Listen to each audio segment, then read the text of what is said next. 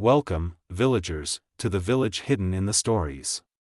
I'm your guide, All Kage, the creator and author behind all the what-if stories you see on this channel, powered by your amazing suggestions. Every story you hear is written, edited, and produced by me, so if you're ever wondering who's behind the magic, it's me. I hope you enjoy today's video. If you're new here, make sure to subscribe, hit the bell icon to stay updated, like the video, and don't forget to drop your what-if ideas and questions in the comments. Today's story is What If Naruto Was the Fox Sage of the Owl House, Part 2. This is a long part, and a very emotional arc indeed. Please tell me how you feel about what happened at the end. Now, without further ado, let's jump into this what if. Part 2, Reveals and Mysteries. The night was quiet. Not empty, not cold, but soft. Moonlight poured through the tall windows of the Blight Manor in long silver beams, washing over the dark room in pale blue light. Shadows stretched lazily across the walls and furniture, the silence only disturbed by the distant whisper of wind outside and the faint rustle of sheets whenever someone moved. Amity sat near the center of her bed, back resting lightly against the headboard as her fingers slowly brushed through soft orange fur. Naruto rested curled beside her in his fox form, smaller than usual, quieter too. The warmth of his fur should have felt comforting. Instead, guilt sat heavy around him. Amity could feel it in every slight twitch of his tail beneath her hand. In the way his ears lowered slightly whenever silence settled too long.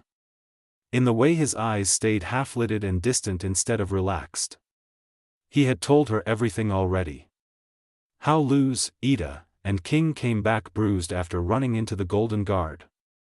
How the guard had planned the entire thing. How Naruto stayed hidden because of the growing bounty on his head. And how, because of that, he wasn't there when things went wrong. The feeling around him now was sharp and heavy, buried beneath calm words and lazy posture. Self-blame. And that's why I'm here now, Naruto muttered. For a second Amity just looked at him quietly. Golden eyes softening as the weight behind his words finally settled in. You've been blaming yourself for this the whole time, haven't you? Naruto's ear flicked once. I'm being serious, Amity. I know. Her voice lowered slightly. That's what worries me. Naruto didn't answer immediately. Instead he stared toward the moonlight spilling across her floor. I wasn't there to make sure she was safe. Amity's hand slowed against his fur as he continued, I stayed hidden because a few extra zeros got added to my bounty.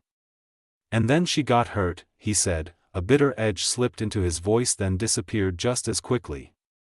Naruto's tail shifted behind him restlessly. I'm supposed to protect the house. The words came quieter now. And yet Ida, King, and Luz were almost captured because I wasn't there. Amity frowned, don't beat yourself up like that.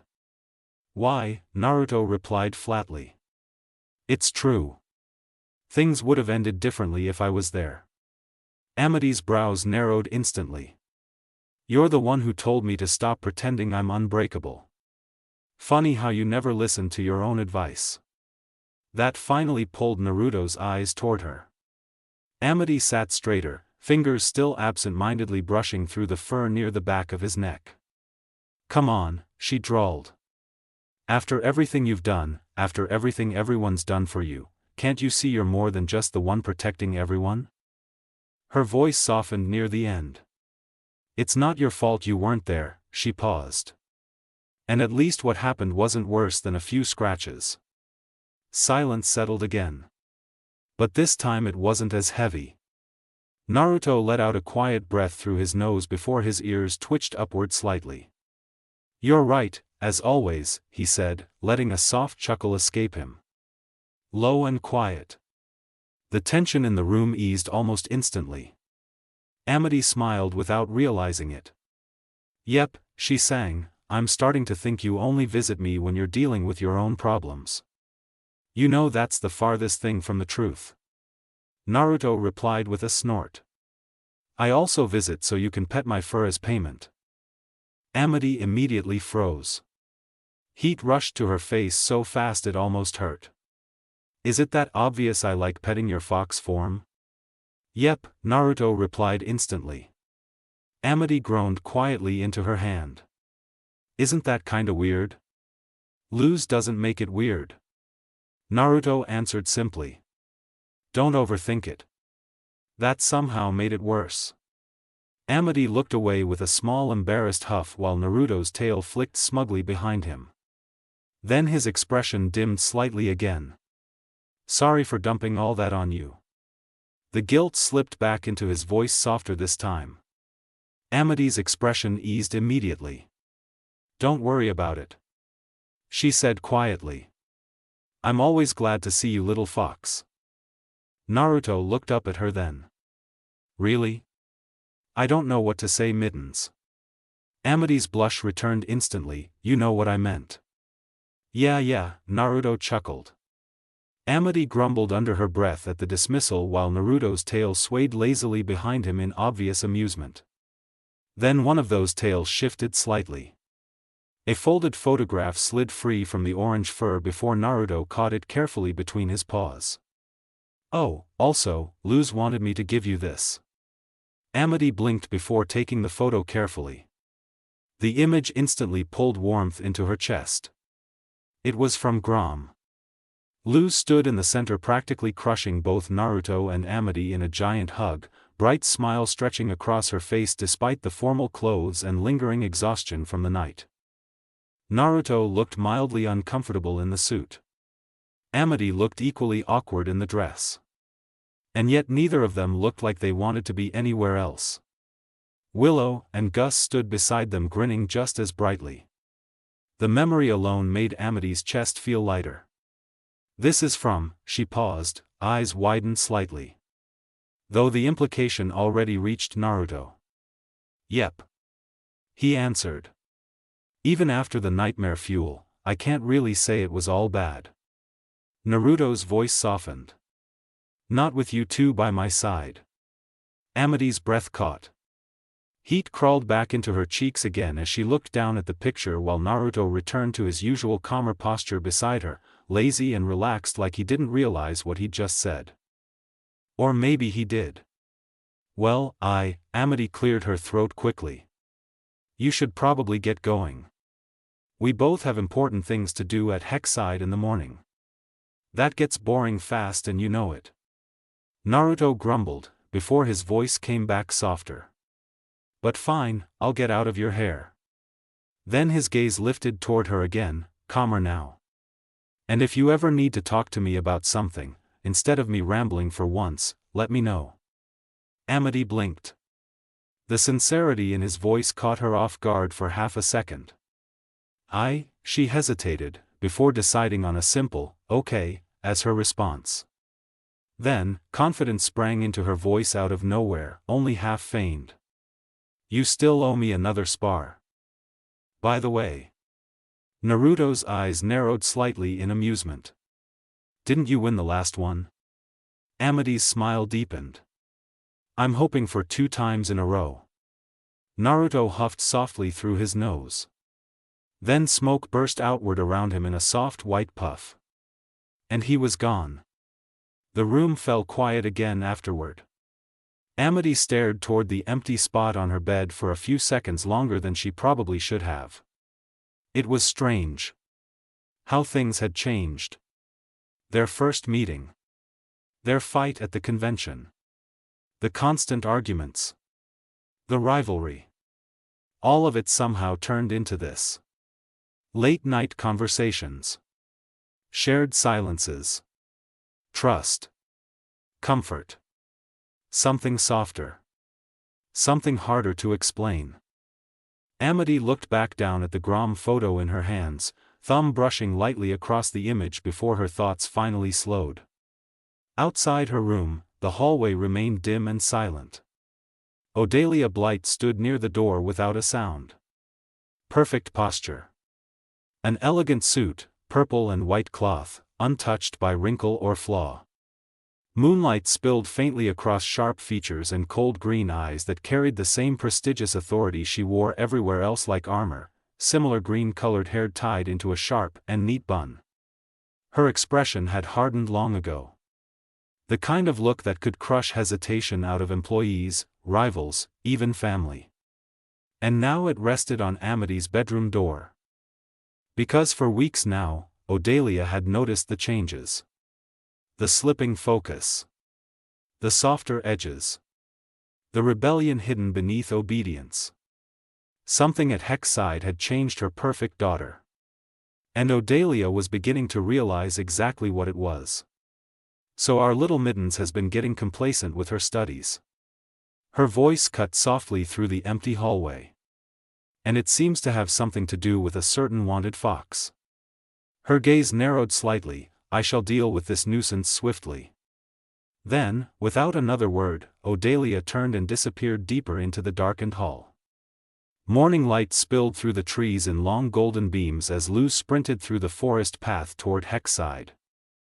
Leaves crunched beneath her boots while cold air rushed past her face, carrying the scent of pine, damp earth, and wild magic. Her school uniform shifted with every movement, the black hood bounced lightly against her back. The outfit still felt strange sometimes. The black tunic fit loosely over her frame, one sleeve bright yellow while the other burned crimson red. One pant leg matched deep blue, the other purple, the colors clashing together in the kind of magical chaos that somehow fit the aisles perfectly. And honestly, Luz loved it. A grin stretched across her face as she leapt over a fallen log without slowing down, pure excitement pushing her forward faster than the morning wind. Resting comfortably in the hood against the back of her neck, Naruto barely moved from where he was curled in his smaller fox form. Only one ear twitched. So, Naruto muttered lazily, voice slightly muffled by fur. How'd teaching Ida and Lilith go? Luz's smile widened instantly. It was fun, she answered quickly. Though Lilith figured things out way too fast for my liking. And Ida is struggling.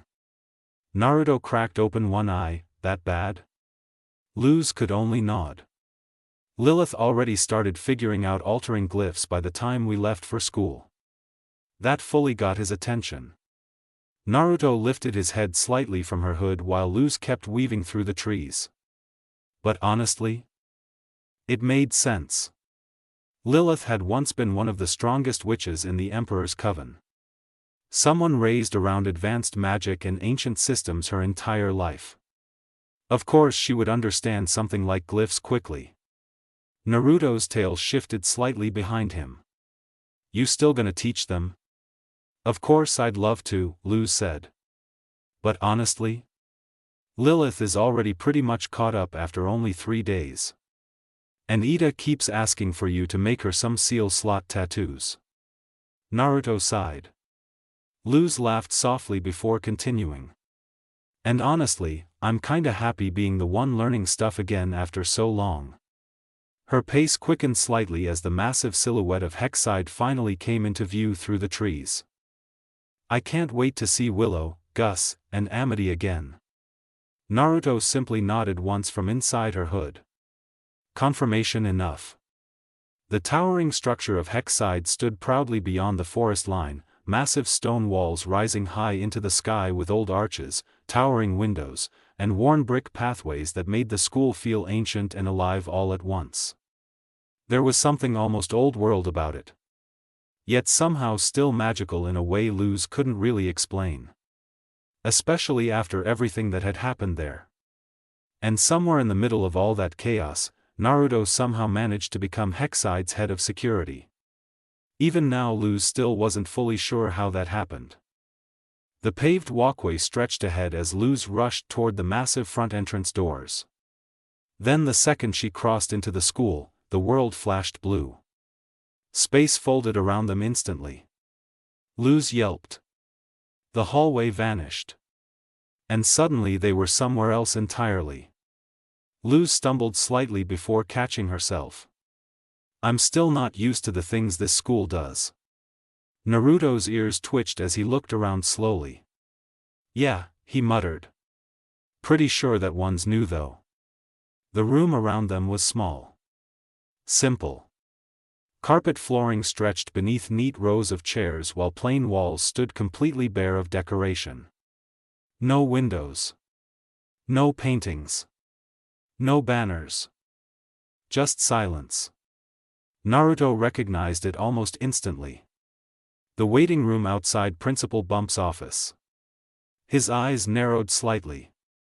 Why were they teleported here? Before he could think too hard about it, familiar voices pulled both his and Luz's attention toward the opposite side of the room. Luz? Luz's eyes widened instantly. Willow, Gus. Willow stood first, smiling brightly as she hurried over. She looked mostly the same as before, round glasses, tan skin, and thick dark, straight hair accenting her round face. Though somehow more confident now, more grounded. Beside her stood Gus. Only, Naruto blinked once. The kid had changed. His hair was sharper now. Styled upward slightly instead of softer curls, and he had shot up in height so quickly that he now stood only slightly shorter than Willow despite still being the youngest out of all of them. Both wore hex-side uniforms matching Luz's own, though Willow's sleeves and pant legs glowed green while Gus's matched bright blue. And honestly, seeing them again after everything brought a strange warmth into the room. They had all been through a lot together. More than most kids their age probably should have. Luz immediately pulled both of them into a tight hug without hesitation. Naruto leapt from her hood at the same time, landing lightly against the carpet before smoke burst around him in a soft puff. A second later he stood there in human form, hands tucked loosely into his pockets while he watched the reunion quietly from the side. Willow smiled warmly toward him. Good to see you again, Naruto. Yeah, Gus added quickly. Glad to see the great fox is still around. Naruto gave a small smirk. Good to see you too. Gus narrowed his eyes dramatically. You know, you're way less scary than before. Naruto raised an eyebrow. Oh. Yeah, Gus continued confidently. At this point aren't we basically friends? Naruto stared at him for half a second. Then smirked silently to himself. You should already know the answer to that question by now. Before Gus could respond, smoke burst around Naruto again. A second later the small fox landed right back onto Luz's shoulder like he had never moved. Luz laughed quietly before looking between everyone again. So why are we all here? She asked with a raised eyebrow. Willow and Gus exchanged a glance. This is the waiting room for Principal Bump's office, Willow explained. But we've never been teleported here instantly before, Gus added. Luz's smile faded slightly. Naruto's ears twitched once. We must be in trouble for something, Willow muttered. But I have no clue exactly what we could have done in our first day back. Luz blinked. The others paused. Because honestly, none of them had any idea. The doors to Principal Bump's office slowly creaked open. Warm light spilled out into the dim waiting room as the old principal stepped into view, hands folded neatly behind his back. Principal Bump always carried an oddly calming presence to him. He was old, clearly old, hunched slightly with age beneath long black robes that brushed against the floor with every small movement. Yet despite that, there was something lively about him. Something sharp. His green eyes still held energy beneath heavy lids, observant and wise in a way that made it hard to tell exactly what he was thinking at any given moment. And of course, there was the mask. The red devil mask fastened along the side of his head, marking his status as principal of Hexside and giving him that same strange mix of authority and chaos that the school itself carried. Usually there was a smile somewhere on his face. Some kind of awkward warmth. But not today. Today his expression looked serious. Almost tense. Ah, there you all are, he said with a steady tone. Please, come in. We have something important to discuss. The group exchanged confused looks immediately. Luz frowned. Willow adjusted her glasses. Gus shifted awkwardly. Naruto's ears twitched once from atop Luza's shoulder. Something about this already felt wrong. Still, they followed Bump into the office. The principal slowly moved behind his desk before lowering himself into the chair with a tired sigh. That was when the others noticed they weren't alone. Amity sat near the side of the office in one of the arranged chairs, posture stiff and hands folded tightly in her lap. And beside Principal Bump stood two unfamiliar figures. The woman caught Naruto's attention first. Everything about her screamed prestige. Perfect posture. Elegant clothing. Controlled expression. She looked almost regal standing there, like the kind of person who expected entire rooms to bend around her presence. And for some reason, Naruto immediately didn't like her. Beside her stood a brown-haired man wearing a stained jumpsuit covered in dried abomination sludge. He looked distracted more than anything else. Adjusting one of his gloves while barely paying attention to the room around him. Still, the resemblance was obvious. Their eyes. Their faces. Amity's parents. "Hey," Amity greeted quietly. The others gave small waves in return before taking their seats across from Bump's desk. Naruto remained curled on Luza's shoulder, but his gaze lingered on Amity longer than the others. Something was off. Amity looked uncomfortable. Not nervous. Not embarrassed. Uncomfortable. Like she already knew how this conversation was going to end. And the second she greeted them, she went completely silent again. "Amity," Luz asked carefully. "What are you doing here?" Amity's eyes shifted slightly. Her mouth parted. Then closed again. Before she could answer, Principal Bump awkwardly cleared his throat. "As some of you might know," Bump started authoritatively. "Miss Blight is one of the leading members of the Parent Creature Association." Naruto noticed Amity's shoulders tense immediately at the title. Bump continued. "The PCA recently brought several concerns regarding student safety to my attention."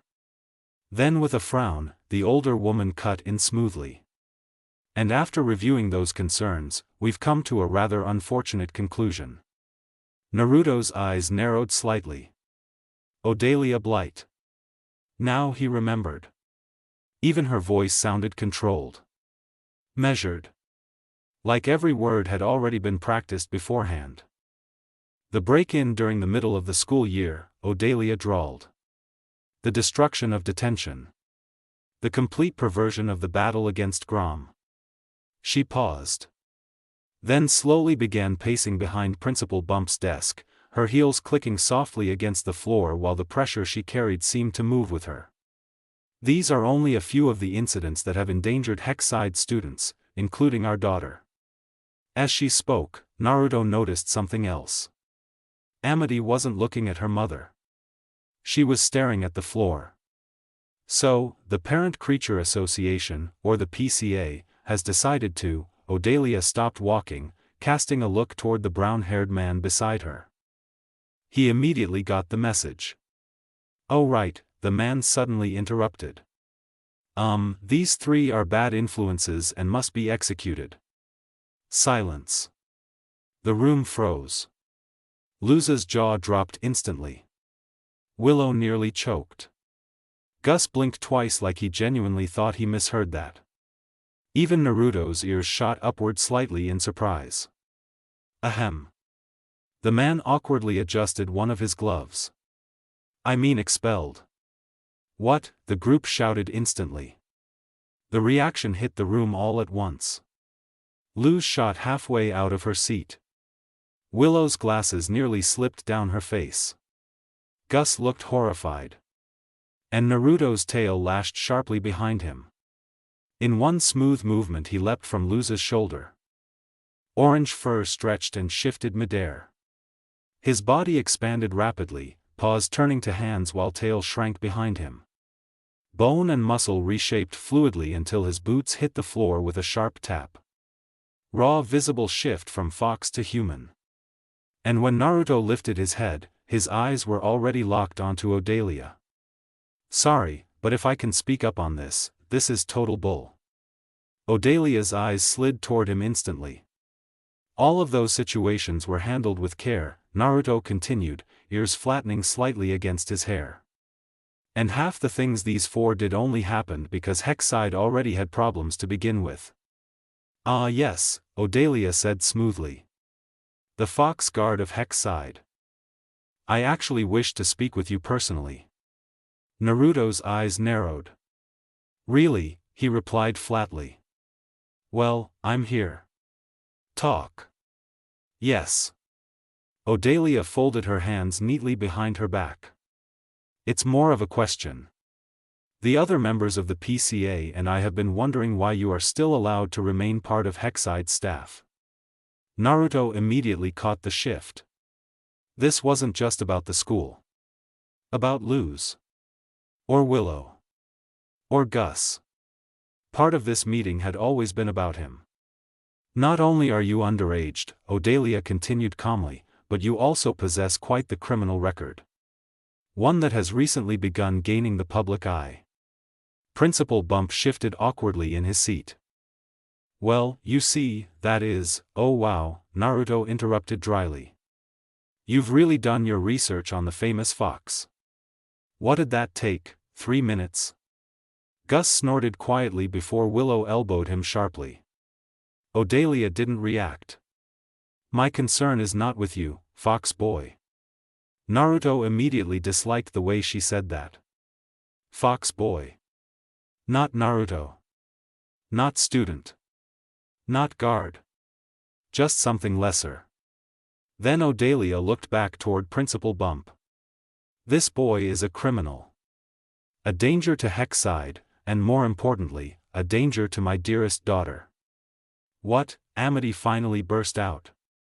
Her head snapped upward immediately. Mom, that's not true. Odalia barely looked at her. Just enough. Just one sharp glance. And Amity froze halfway out of her seat. Naruto noticed it instantly. The hesitation. The way Amity's voice caught in her throat afterward. The way her hands tightened together in her lap. Like she wanted to keep arguing. Like she had forced herself not to. That feeling in Naruto's chest sharpened immediately. Something was wrong here. Not just with the meeting. With them. With Amity.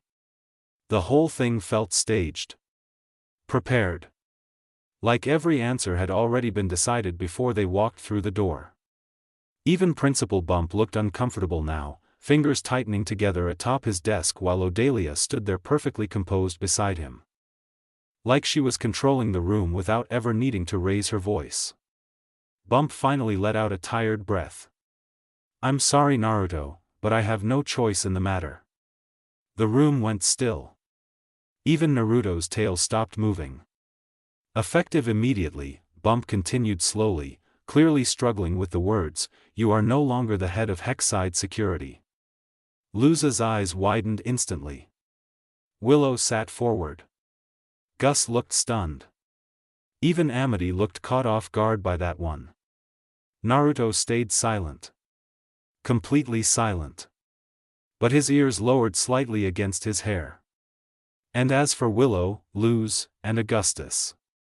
Bump hesitated. Longer this time. Like he wanted to say something else. Like he wanted to stop this. But Odalia's presence lingered beside him like pressure against the room itself. You three are expelled. The words hit hard. Luz froze. Gus blinked rapidly like he genuinely couldn't process what he just heard. Willow's face tightened immediately. And beside the desk, Amity's expression cracked completely. Because now it was obvious. This wasn't about safety. This wasn't about rules. And it definitely wasn't about detention. This was targeted. Carefully. Deliberately. And Naruto couldn't shake the feeling that the real target of this meeting had been sitting in the room from the very beginning. You three are expelled. The words hung in the air long after Principal Bump stopped speaking. Luz stared at him. Blankly at first. Like her mind hadn't fully caught up with what she just heard. Then her expression cracked. What? Her voice came out quieter than she intended. You can't do that. Nobody answered. Not Bump. Not Odalia. Not even Amity. Luz stood so quickly her chair scraped harshly against the floor. You can't just do that. The words burst out of her now. Her hands shook slightly at her sides while disbelief bled into frustration. We worked so hard to even get into Heck's side. Her voice echoed through the office. We helped this school.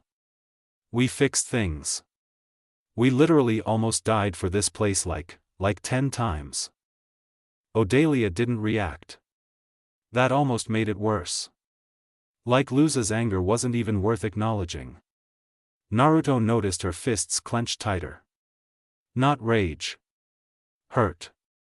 Real hurt. And beside the desk, Amity looked like she wanted to say something again. But Odalia's presence sat over the room like chains. The office suddenly felt smaller. Too small. Too tense. Too controlled. Naruto's jaw tightened slightly. Then the scene cut sharply. The towering doors of Heck's side slammed shut behind them. Cold wind swept through the stone courtyard outside the school while students passed nearby without realizing what had just happened. Luz paced back and forth almost immediately. I can't believe they can just do that, she snapped, throwing her hands into the air. Her voice cracked slightly this time. We worked so hard to get here and now they're just tossing us aside like we're nothing. Willow frowned deeply beside her, arms folded tightly across her chest. I don't even know what my dads are gonna say. Gus groaned loudly beside her. I'm dead, he rubbed both hands down his face dramatically. My dad is literally gonna bury me in books forever. Luz let out another frustrated noise before spinning back toward Naruto. Willow and Gus followed her gaze shortly after. Naruto barely reacted. He stood near the edge of the path silently, eyes lowered in thought. Then without a word, his body shifted. Orange fur spread across his skin while his form compressed downward smoothly until the small fox stood where he once had. His tail swayed once behind him. We might as well go home. Luz stopped pacing immediately. What? Naruto's ears flicked once. It was obvious in there. His voice stayed calm. Odalia's got her fingers wrapped around the principal. He looked back toward Heck's side briefly. She's exploiting the school's safety issues for her own gain. His tail lowered slightly. I don't know exactly what she wants yet. But as long as she's involved with the school system, we're probably not getting back in. Luz's expression tightened immediately. No way, there has to be something we can do. Naruto stayed quiet. And somehow that silence hurt worse. Luz's shoulders slowly lowered. But, she muttered softly, staring toward the massive school behind them. Her voice shrank slightly after that. We finally got back here. Naruto's ears twitched. That one sentence hit harder than the yelling did. Because he understood exactly what she meant. Heck's side wasn't just a school to Luz. It was proof. Proof she belonged somewhere. Proof she could finally be part of something bigger than herself. And now someone was trying to rip that away from her. Again. Just like before. Naruto's thoughts immediately drifted back to the bruises covering Luz's arms after the Golden Guard ambushed her. The exhaustion in her smile. The way she tried pretending she was okay afterward. He hadn't been there then either. And now this. Another force pulling strings behind the scenes. Another person using power to corner the people he cared about. The feeling crawling through his chest burned hotter by the second. Guilt. Anger. Frustration. And without really thinking about it, Naruto spoke. I'll get you back into Heck's side. The others blinked. Naruto's tail swayed slowly behind him while his gaze stayed locked on the ground ahead. I'll handle it. Luz frowned immediately. Naruto, are you sure? Maybe we could all. No, the answer came quickly. Not harsh. Just immediate. Naruto finally looked up at them. And for a second the weight behind his eyes caught all three of them off guard. I can do this. His voice lowered slightly. On my own. Luz opened her mouth again, but Naruto kept going before she could argue. For once, he said quietly, just listen when I say I've got this. The words sounded firm. Maybe even rude at first. Because he knew Luz. Knew she'd throw herself into danger beside him without a second thought if he let her. But this time was different. This time the guilt sat too deep in his chest to ignore. He failed to protect them once already, he wasn't going to let it happen again. Naruto's expression softened slightly afterward. I promise, he said more quietly this time. I'll fix this. Then his gaze shifted toward Luz. And for a brief second, the weight behind his eyes sharpened. His thoughts drifted back to the bruises scattered across her arms after the Golden Guard attack. The forced smile. The exhaustion. The hurt. Never again. He never wanted to see her look like that again. Naruto let out a slow breath through his nose before the tension around him eased slightly. His tail flicked once behind him. Relax, he muttered, calmer now. Before you know it, you'll all be back in class. A faint smirk tugged at the corner of his mouth. And I'll be back to doing absolutely nothing as head of security. That finally cracked the tension. Gus snorted first. Willow smiled faintly. Even Luz let out a small laugh through the frustration still sitting in her chest. Naruto nodded once at the reaction. Then, with one final flick of orange tail, he vanished down the path in a blur of motion before anyone could stop him. The hallway outside Principal Bump's office had gone mostly quiet by the time Naruto found Amity again. Students passed further down the corridor, voices muffled beneath the distant chaos of Hexside, but near the office itself there was only silence. Amity stood near one of the windows overlooking the school grounds, arms folded tightly while sunlight spilled across the side of her face. She looked frustrated. And tired. Naruto landed lightly atop the railing beside her in his fox form. The others are fine, he said quietly. Upset. But fine. Amity let out a small breath through her nose. That's good at least. Naruto studied her for a second longer before getting to the point. Why'd your mom really expel them? Amity's expression tightened immediately. It's probably retaliation because of me. Her eyes lowered slightly afterward. I'm sorry.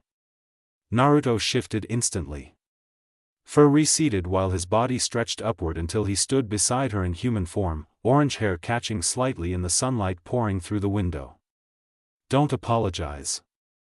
His answer came quickly, firm. I just want to know what's wrong and how to fix it. Amity stared at him for a moment before sighing softly. You really do spend more time looking out for everyone else than yourself. Naruto didn't answer that. Amity looked away again. A week ago my mom confronted me about my grades slipping, she explained almost silently. Naruto immediately frowned. That alone sounded ridiculous. Amity might not carry the same cold edge she used to, but she was still one of the most talented students in Hexside. Still disciplined. Still a prodigy. She said she was worried about me, Amity continued quietly. But honestly it felt like something else. Her fingers tightened slightly against her sleeves. As punishment, I promised to work at the Blight Industries factory for a month. Naruto's eyes narrowed slightly.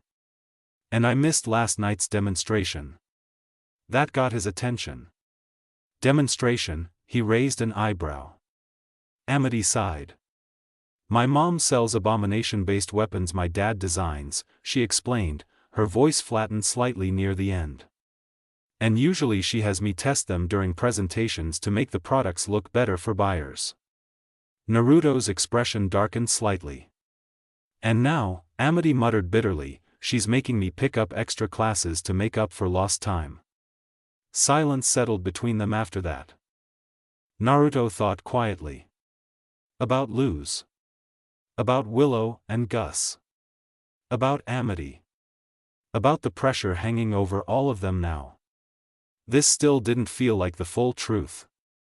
But part of it was obvious now. Odalia wanted control. And she was using everyone around her to keep it. Naruto's eyes lowered slightly in thought. Then lifted again. You know your grades are still insane, right? Amity blinked once before looking toward him again. Naruto shrugged lightly.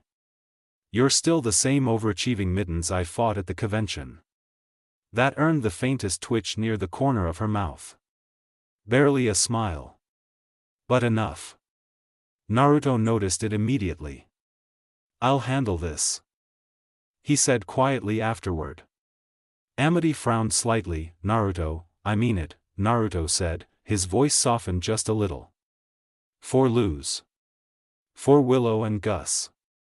Then after a brief pause, and for you. Amity's breath caught slightly at that. Naruto noticed. And immediately looked away before the moment could settle too deeply between them. I'll figure something out. He stepped backward slightly, already preparing to leave. But Amity frowned immediately. Naruto. He paused mid-step. You can't just keep doing this. Amity stepped closer, frustration cracking through her usual composure. You keep acting like everything is your responsibility. Naruto stayed quiet. His ears flicked once. Amity exhaled sharply. You've been hurt protecting us before. And now you're doing this again. That's different, he said softly. No, it isn't. Naruto looked away toward the hallway windows, moonlight catching in his eyes. I'm tired of seeing people get hurt when I could have done something about it. The honesty in his voice made Amity's chest tighten. I know I can handle this, he continued, quieter now.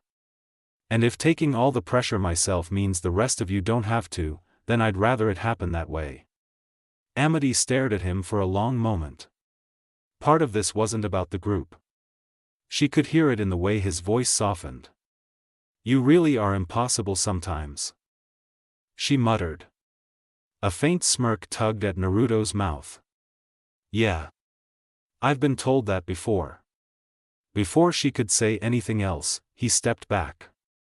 I'll handle it. In a blur of orange motion, he was gone down the hallway, leaving Amity standing alone beneath the moonlight. Worried. And oddly comforted. After a moment, her fingers slowly rose toward the necklace resting against her chest. The purple gem caught softly in the sunlight while her thoughts drifted quietly after him. The far eastern wing of Hexside was quieter than the rest of the school. Most students avoided this side of the campus during class hours, leaving the long stone walkways nearly empty beneath the afternoon light spilling through the towering windows. Odalia Blight stood near the railing overlooking the lower courtyard, posture perfectly composed while speaking quietly with her husband. Or rather, speaking at him. The brown-haired man barely seemed present, absent-mindedly scraping dried abomination sludge from one of his gloves while half listening to whatever Odalia was saying. Naruto approached silently. Boots barely making noise against the stone floor. Still, Odalia noticed him immediately. Fox boy, she greeted smoothly without turning fully toward him. To what do we owe the pleasure? Naruto stopped several feet away. Straight-backed. Arms folded loosely. Hostile calm radiated off him naturally. We're making a deal. That finally got her full attention. Odalia turned toward him slowly, one brow raising in amusement. A deal? Naruto ignored the mocking edge in her voice. You want someone for your demonstrations, his eyes narrowed slightly. I'll take Amity's place. That actually made the distracted man glance upward briefly. Odalia remained unreadable. Naruto continued before she could interrupt. You said her grades were slipping. His eyes narrowed. They're not. He grit his teeth, but held himself back. You want full control, not results. Odalia's eyes sharpened slightly at that. Naruto didn't stop. I'll handle your demonstrations, he spat. I'll test whatever garbage weapons your company makes. And I'll do it perfectly. His voice shifted calmer, a lower level. Controlled. But in return, Luz, Willow, and Gus get reinstated immediately. A pause. And you leave Amity alone. Odalia's expression didn't change. Naruto's gaze hardened further. She's not your property. For the first time since the conversation started, the air shifted slightly. Not louder. Not angrier. Just heavier. Like two people quietly trying to force the other to blink first. Then, Odalia smiled. Not warmly. Not kindly. Just enough to make Naruto dislike her even more. You speak very confidently for someone in your position. Naruto didn't react. I'll take that as a yes. The brown-haired man blinked once before awkwardly lifting a finger. I mean, honestly, he'd probably handle it as well as Amity. Odalia ignored him entirely. Instead, she stepped closer toward Naruto, heels clicking softly against the stone.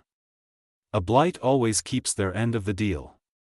The word sounded elegant, polished. But something underneath them felt sharp, like a hidden blade. Naruto noticed it immediately. And somehow, despite technically achieving what he wanted, the feeling in his chest only got worse. Because Odalia looked far too satisfied by this arrangement. Like this conversation had somehow benefited her more than him. Still, Naruto held her gaze without backing down. Good. Then without another word, he turned and walked away down the hall. And behind him, Odalia's smile lingered just a little too long. The day faded quickly into night. By the time the moons fully settled over the boiling isles, Blight Industries had come alive with noise. Excited chatter echoed through the massive factory while cloaked figures filtered steadily through its towering metal entranceways. Hundreds of people packed themselves shoulder to shoulder across the once open warehouse floor, gathering between pipes, machinery, and glowing vats of bubbling abomination sludge.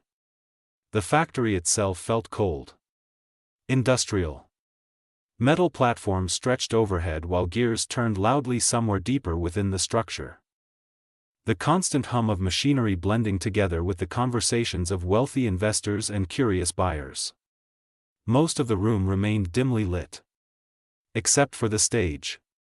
Bright spotlights poured down onto the raised platform near the center of the factory floor, illuminating polished metal equipment lined up neatly behind it. And standing at the front of it all, Odalia Blight. Welcome, everyone, she spoke smoothly, her voice carrying easily across the crowd. Beside her stood her husband, already distractedly adjusting one of the strange machines displayed behind them. We at Blight Industries are honored by your attendance tonight. Polite applause followed. Odalia smiled faintly before resting her fingers briefly against the necklace hanging from her neck, the purple gem at its center glowing softly beneath the stage lights. And of course, she continued, none of this would have been possible without my guidance as an oracle, helping direct my husband, Alador Blight, into becoming the finest abomination weapons manufacturer in the Boiling Isles. Alador gave an awkward little wave. Naruto stood near the edge of the stage silently, arms folded while the crowd's attention slowly shifted toward him. Odalia noticed immediately. And assisting us tonight, she announced smoothly, is a very special guest. Spotlights snapped onto Naruto. The crowd erupted into excited whispers. So that's the Crimson Terror? That's him. He actually showed up. Odalia's smile sharpened slightly. He has graciously agreed to help us test several of our newest security products. Naruto already had a bad feeling about this. Well, Alador muttered suddenly from behind one of the weapons. You might wanna duck. Naruto barely had time to blink. A massive blast of purple abomination sludge slammed into him instantly, launching him backward before pinning him hard against the far wall. The crowd burst into excited chatter. Naruto blinked once in surprise before trying to pull himself free. The sludge tightened harder. Naruto grimaced. Across the stage, Odalia calmly lifted an oversized abomination-themed bazooka onto her shoulder for the investors to see. As you can observe, she explained smoothly, the adhesive properties make escape nearly impossible. Naruto stared at her from across the warehouse, still stuck to the wall beneath layers of hardened sludge. One of his tail twitched slightly. And Naruto started to wonder, what exactly had he signed himself up for? The Blight Manor was quiet. Too quiet. Amity walked through the massive halls with slow steps, polished floors reflecting the warm glow of expensive chandeliers overhead. Decorative masks lined the walls between massive paintings and carved furniture. Every inch of the home designed to feel prestigious. Perfect. Controlled. Like nobody was actually meant to live there. Amity barely paid attention as she walked upstairs toward her room, fingers brushing absently against the necklace resting near her collarbone, the purple gem catching faintly beneath the light. Her mother's presentation would already be starting soon. Which meant she should probably get ready before. Amity pushed open her bedroom door. Then paused. A folded note rested neatly atop her bed. Her name written carefully across the front. Amity frowned before unfolding it quickly. Amity, I've found a replacement for tonight's presentation. Focus on your studies. Mother, silence. Then Naruto's voice echoed through her thoughts from earlier that day. I'll handle this. Amity's eyes widened slightly. The deal. Naruto disappearing afterward. Her mother suddenly backing down. You idiot. The words left her under her breath almost instantly. Concern hit right after. Amity turned sharply and hurried from the room, the necklace at her chest swaying slightly as she moved. Then, the owl house. Luz sat sprawled across the living room couch while King dramatically explained why he deserved at least 6 different royal titles. Luz. The shout echoed from outside the house. Luz blinked, attention taken all at once. That sounded urgent. She said lightly. King pointed dramatically toward the door. Danger approaches. Another shout came from outside. Luz. This time she recognized the voice instantly. Amity. Luz immediately jumped off the couch before jogging toward the kitchen and throwing open the back door. Amity stood outside alongside Willow and Gus beneath the dim night sky. Willow looked calm. Gus looked confused. Amity looked genuinely worried. Amity, Luz frowned. What happened? Amity stepped forward immediately. Naruto's in trouble. A brief silence followed. Then Gus tilted his head slightly. At first, he admitted awkwardly, I didn't think that sentence was possible. Blight Industries buzzed with noise. Cloaked investors packed tightly together across the factory floor while machinery rumbled overhead and purple light reflected faintly off metal platforms and bubbling vats of abomination sludge. Hidden among the crowd, for smaller cloaked figures carefully pushed through the mass of people. Luz kept her hood lowered. Willow and Gus stayed close beside her. And Amity moved slightly ahead of them, her shoulders tense beneath the dark cloak draped over her uniform. Blending in wasn't difficult. Not with how focused everyone already was on the stage. And only minutes after entering, they saw him.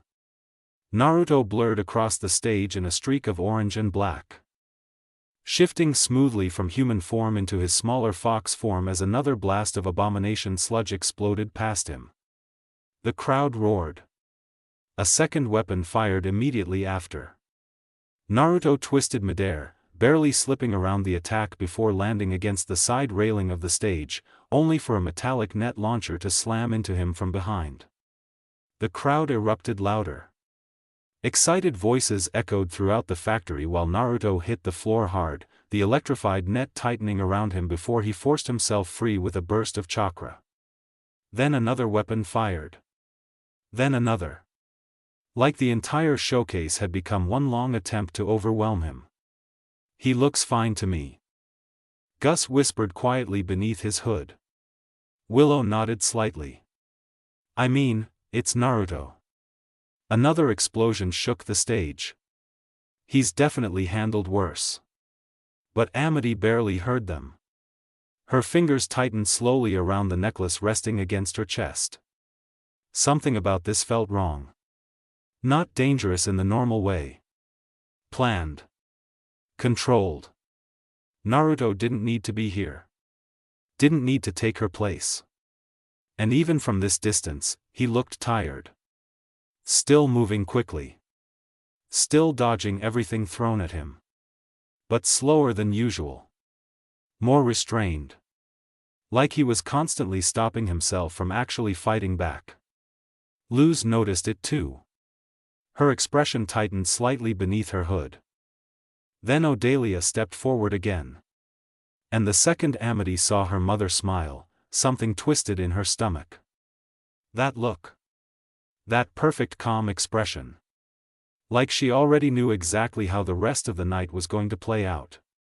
Naruto landed near the edge of the stage, catching his breath briefly while another round of applause echoed throughout the factory. Then, steam hissed loudly from beneath the platform. The entire stage rumbled. A deep mechanical whirring sound echoed upward as hidden metal panels slowly pulled apart near the center of the stage floor. The crowd immediately went quiet. Smoke rolled outward dramatically while something massive began rising from beneath the platform on a heavy lift. And when the steam finally cleared, everyone froze. The next weapon towered above the stage. Its body was a grotesque fusion of gleaming golden machinery and dripping purple abomination sludge. Metal plating formed its main structure, buzzing softly with internal energy while thick masses of living sludge leaked from exposed ducts and openings across its frame. The goop twisted unnaturally around its limbs. Shifting. Stretching. Forming jagged spikes and heavy drooping shapes around a distorted head-like structure. Like the machine itself was still trying to become something alive. Odalia stepped forward proudly. "And now," she announced smoothly, "Blight Industries proudly presents the future of magical security. The Abomaton 2.0. The machine let out a low distorted screech as one of its arms shifted violently into a massive bladed shape. "The ultimate bodyguard." Her smile widened slightly. "A weapon that will stop at nothing until it sees its target eliminated." Naruto's eyes widened slightly. So did everyone else's. But Amity felt cold. Because suddenly, everything clicked. This wasn't about Hexside. Not entirely.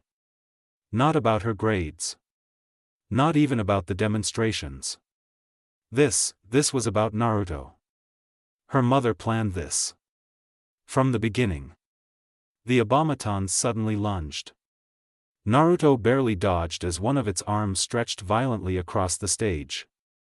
Morphing midair into a massive spear-like spike aimed directly at his chest. The stage exploded apart behind him. Another arm followed immediately after. Then another. Each attack faster than the last. The machine wasn't trying to restrain him. It was trying to kill him. And Naruto still wasn't fighting back. Amity's eyes widened. Why wasn't he fighting back? It didn't make sense. This had changed from just a simple but dangerous demonstration. Changed from the deal Amity knew her mother orchestrated. So why keep dodging? Why keep retreating? Why keep limiting himself, when he could clearly escape if he wanted to? That was when Amity realized. He was still doing this for them. Trying to preserve whatever deal he had made. Still trying to protect all of them himself.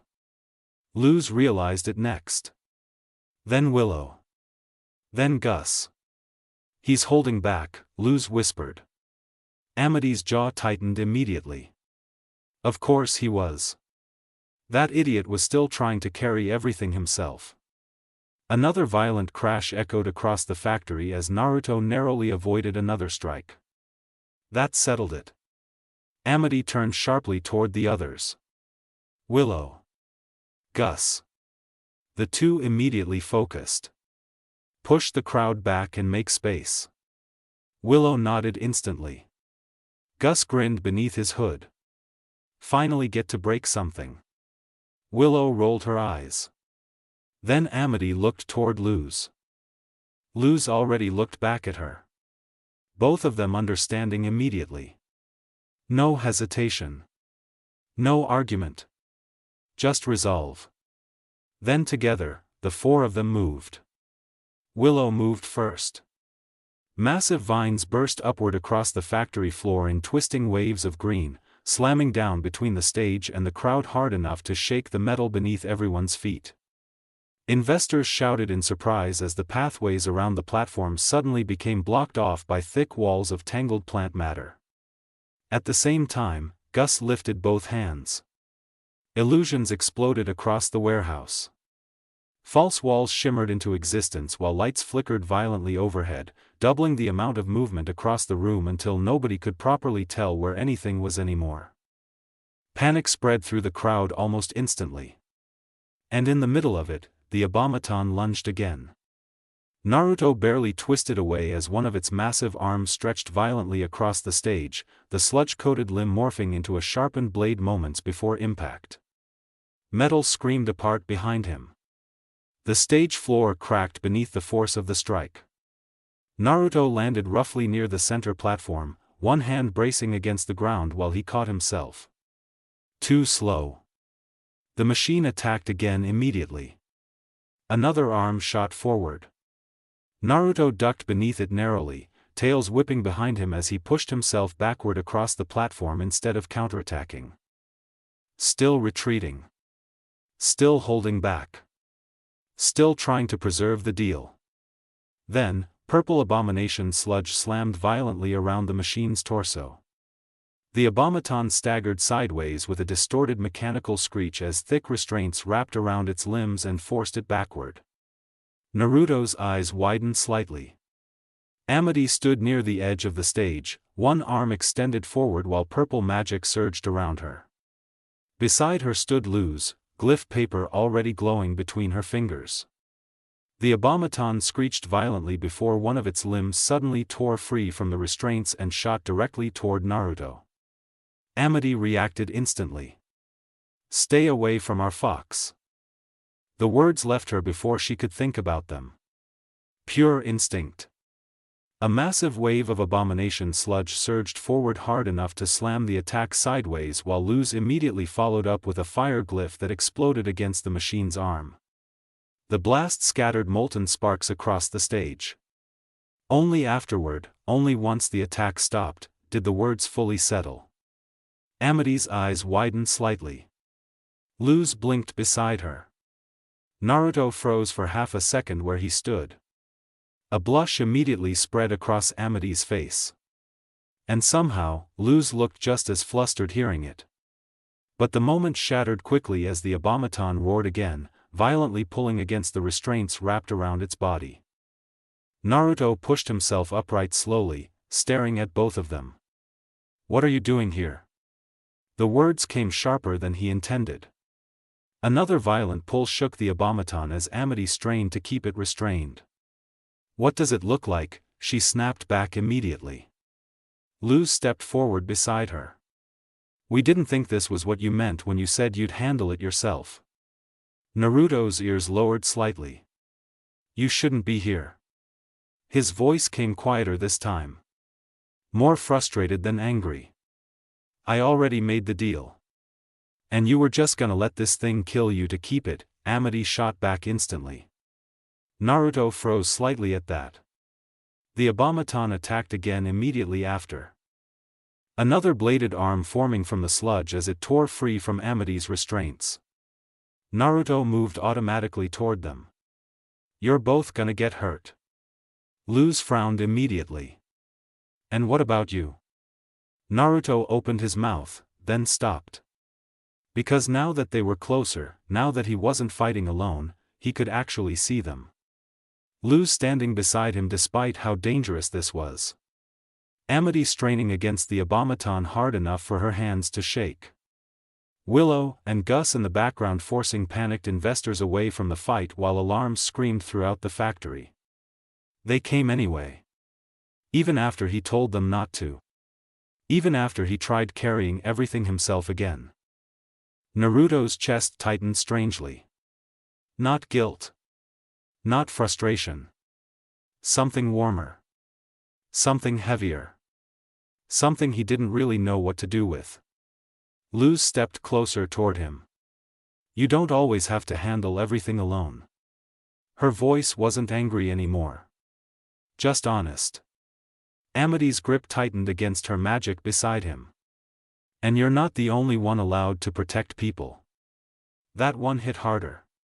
Because it sounded painfully familiar. Like his own words getting thrown back at him. Naruto looked at the both of them quietly, then toward Willow and Gus. Toward the chaos spreading across the factory.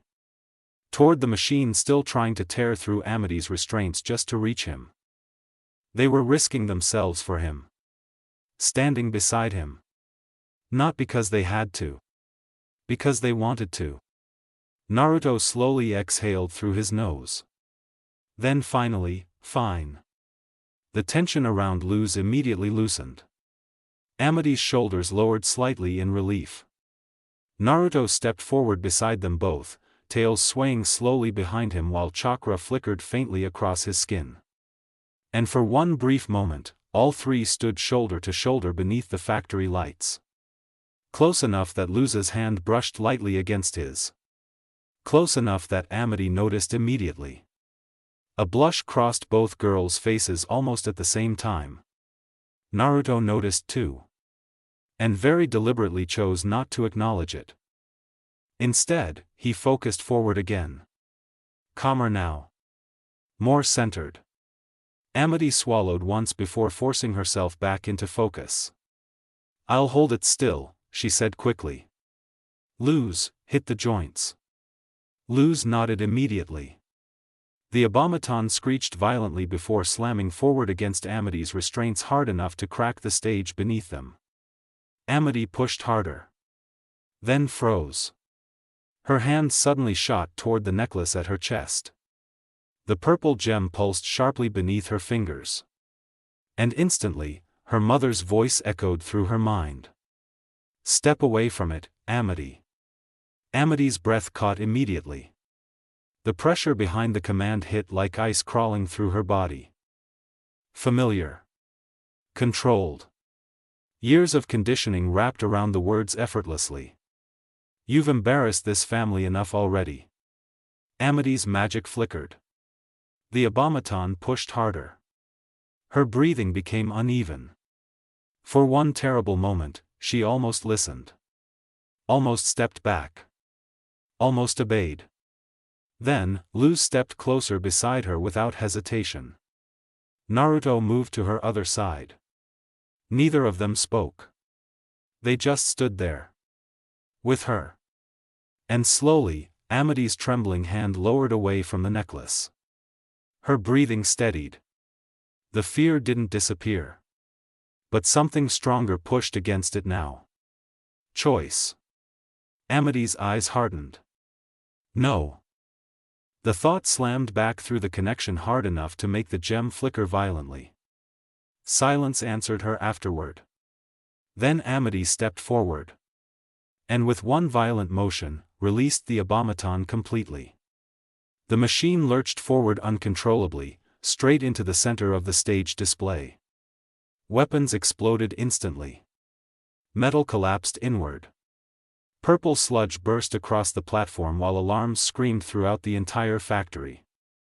The crowd erupted into complete chaos.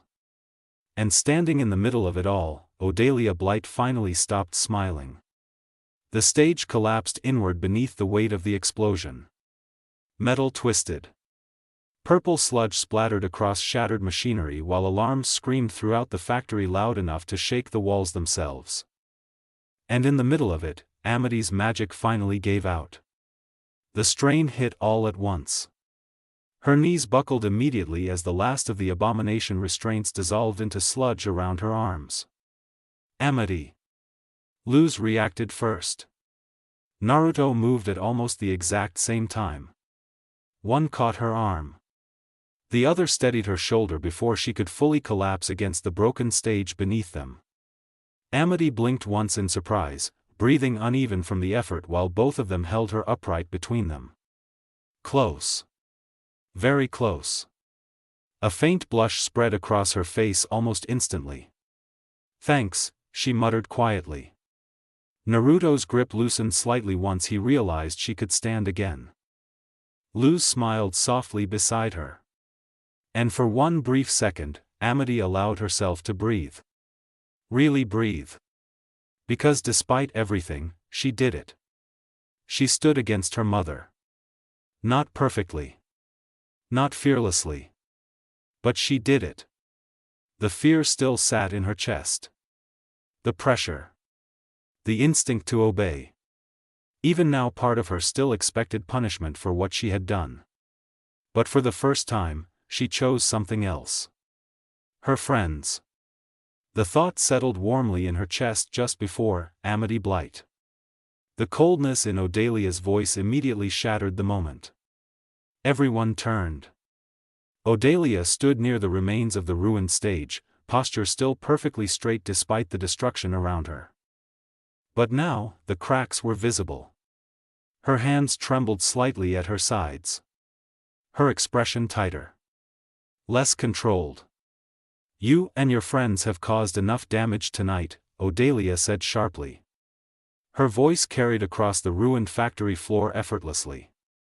I can assure you this little stunt will guarantee none of you ever step foot inside Hexside again.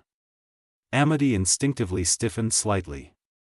Then, she's done enough, Odalia. The entire room went still. Alidor stepped forward slowly from the smoke and wreckage, sludge stains still covering his jumpsuit while his tired eyes settled firmly on his wife. Odalia looked genuinely caught off guard. Alidor? You've put enough pressure on Amity already, he cut in. His voice wasn't loud. But it didn't waver either. She's still growing. Odalia's expression hardened instantly. I am trying to prepare our daughter for what? Alidor interrupted quietly. The words hit harder because of how calm they were. For a life where she isn't allowed to choose anything herself? Odalia froze. And for the first time all night, she didn't immediately have a response ready. Alidor looked toward Amity then. Really looked at her. And his expression softened slightly. No matter what you say, he continued quietly, it's pretty obvious her friends aren't going anywhere. And as for your deal with Naruto, I will personally reinstate Amity's friends into Hexside on his behalf. Amity stared at him silently. Then slowly, she smiled. Small. But real. Odalia noticed immediately. And somehow that seemed to upset her more than the destroyed factory did. Naruto stepped slightly closer beside Amity afterward. Luz moved with him naturally. Willow and Gus finally rejoined the group once the remaining crowd fully started fleeing the factory floor. And one by one, the investors started leaving too. Muttering. Whispering. Pulling away from the chaos. Even Alidor eventually turned and walked off without another word. Odalia watched all of it happen in silence. Her jaw tightened harder with every passing second. Because the thing she hated most wasn't the damage. It wasn't the embarrassment. It was the loss of control. And one by one, everything she controlled tonight was walking away from her. Then, a slow clap echoed through the ruined factory. Everyone froze. A tall figure stood near the upper platform overlooking the wreckage. Cape shifting softly behind him beneath the dim factory lights. The Golden Guard. He had been there long enough that nobody could tell when he arrived. And somehow, that made his presence worse. Odelia immediately straightened. Her entire posture changed instantly as she lowered herself into a respectful bow. The perfect mask slid back into place over her expression almost unnaturally fast. "My apologies, Golden Guard," she said smoothly. "Tonight's presentation was clearly a failure. Nothing compared to the audiences you command." The Golden Guard tilted his head slightly. "Please," he replied calmly. "Don't bow to me like I'm my uncle." His voice echoed softly through the ruined factory. "I may carry on Emperor Bello's vision for the Boiling Isles." His cape shifted lightly as he stepped forward slightly into the light. "But I'm still my own person." Odelia lowered her head carefully. "Of course." The Golden Guard looked across the ruined automaton pieces scattered throughout the factory floor. Then toward the remaining weapons. "Besides," he continued casually, "just because the show didn't go the way you intended doesn't make it a failure." Odelia blinked slightly. The Golden Guard's masked gaze settled back onto her. "I'll personally invest in further automaton research." Silence. Then, for the Day of Unity. The words immediately changed the atmosphere. Heavy. Cold. Final. "I have no interest in the people of the Isles building personal armies for themselves," he continued calmly. "But preparation for the Day of Unity." A slight pause. "Dot is another matter entirely." Odelia immediately bowed again. "Blight Industries will gladly cooperate." The Golden Guard simply hummed quietly in response before turning away. And as his cape disappeared into the darkness above the ruined factory, his presence never fled, not even for a moment. The noise of Blight Industries slowly faded behind them as the group finally left the factory grounds. Night had settled fully over the Boiling Isles now, cool air brushing against them as they walked down the stone pathways leading away from the massive industrial building. Even from this far out, faint alarms still echoed somewhere in the distance. Nobody talked much at first. The exhaustion from everything that happened still lingered too heavily. Amity's legs still felt slightly unsteady from the strain of holding back the automaton. Small traces of purple sludge still dripped from her fingertips as she walked between Luz and Naruto, leaning into their support more than she realized. Naruto's hand remained lightly against her shoulder to steady her. "A second longer than necessary." "You didn't have to risk that for me," he said quietly. His voice stayed low enough that only she could hear it over the sound of their footsteps. Amity turned her head slightly toward him. "Yes, I did." The answer came softer than she expected. But steady. She held his gaze for another moment, the purple gem resting against her chest still faintly warm from her mother's earlier command. "You can't keep deciding things like that by yourself." For a second Naruto didn't answer. His ears twitched once. And something shifted behind his eyes. Not surprise exactly. Something quieter than that. Heavier. After a moment, he gave the faintest nod. Almost reluctant. "Got it." Amity's lips curved slightly despite herself before she looked away again, warmth rising faintly into her cheeks. Beside her, Luz adjusted her grip under Amity's arm slightly as they kept walking through the quiet night together. Time skip. The Owl House living room looked like a disaster zone for aspiring scholars. Sheets of paper covered nearly every surface, most of them filled with half-drawn glyphs, altered circles, and notes scribbled in Luz's uneven handwriting beside Lilith's much cleaner annotations.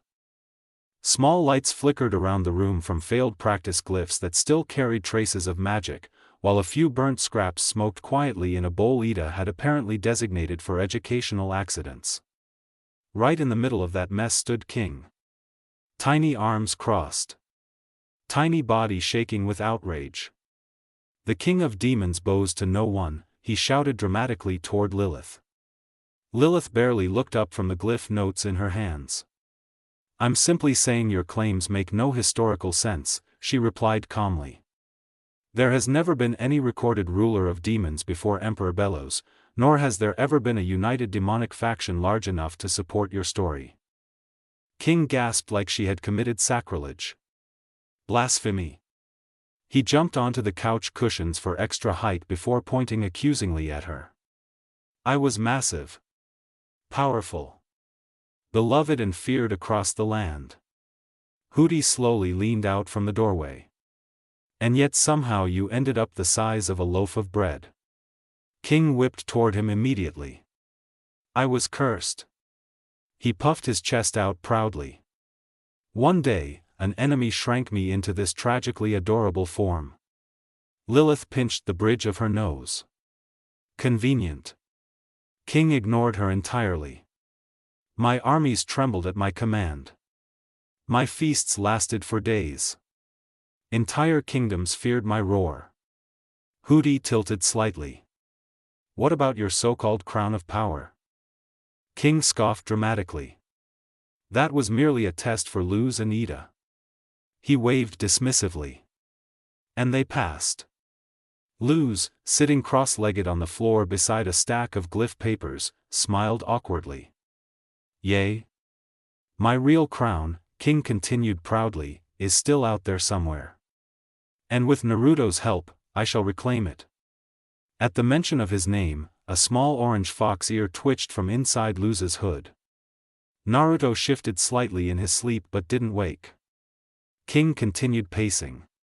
Though, admittedly things become a little fuzzy after I was shrunk. Lilith finally lowered the papers enough to give him a flat look. There seems to be a hole in your memory for every hole in your story. Hooty gasped loudly, Great One Lulu. King pointed furiously at both of them. I remember plenty. He stomped across the couch dramatically. I remember armies. Feasts. Glory. His voice lowered slightly. And falling. The room quieted for just a moment. King looked away briefly before forcing the confidence back into his expression. I fell from a great height after I shrank. Then he puffed himself back up again. But if you non-believers insist on remaining trapped in your blissful ignorance. He pointed toward the door. Then I shall prove everything with quick haste. King stormed from the room dramatically. A brief silence followed. Lilith blinked once. Did he just call me ignorant? Luz sighed softly and stood up from the floor. Guys, come on, she said gently. The story's important to him. You could at least try playing along a little. I refuse to encourage obvious fiction, Lilith replied immediately. I also refuse, Hooty added proudly from the doorway. Luz groaned. A loud clattering suddenly echoed from the hall. Everyone turned just in time to see King stumble back into the room carrying both Ida's brown and Lilith's white staffs awkwardly in his tiny arms. The staffs dragged against the floor behind him, nearly twice his height. All non-believers, King declared dramatically between strained breaths, will soon stand amazed before the truth. With great effort, he lifted the staffs and slammed their ends against the floor. We are going to my castle. The room fell silent. Even Lilith looked surprised by that one. Inside Luz's hood, Naruto stirred again at the sudden noise. One eye cracked open lazily before immediately closing again as he curled deeper into the fabric. Still asleep. Naruto's breath hitched as the wind fluttered past his whiskers. The comfort of sleep vanished instantly, replaced by the flood of returning sensation. The muffled roar of the sea far below. The warmth and safety he associated with one of his usual resting spots. And above him, the night sky stretched wide, dimly lit by glinting stars as they flew just beneath the clouds. Naruto quickly realized he was in the air.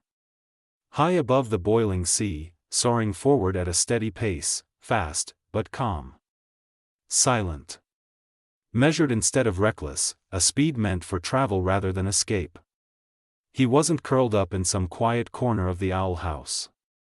Instead, he was resting somewhere almost as familiar. Luz's hoodie. He was tucked into the hood in a smaller version of his fox form while Luz guided Ida's staff, Albert, through the night sky ahead of them. King sat in front of her, both of them smiling, visibly excited about something.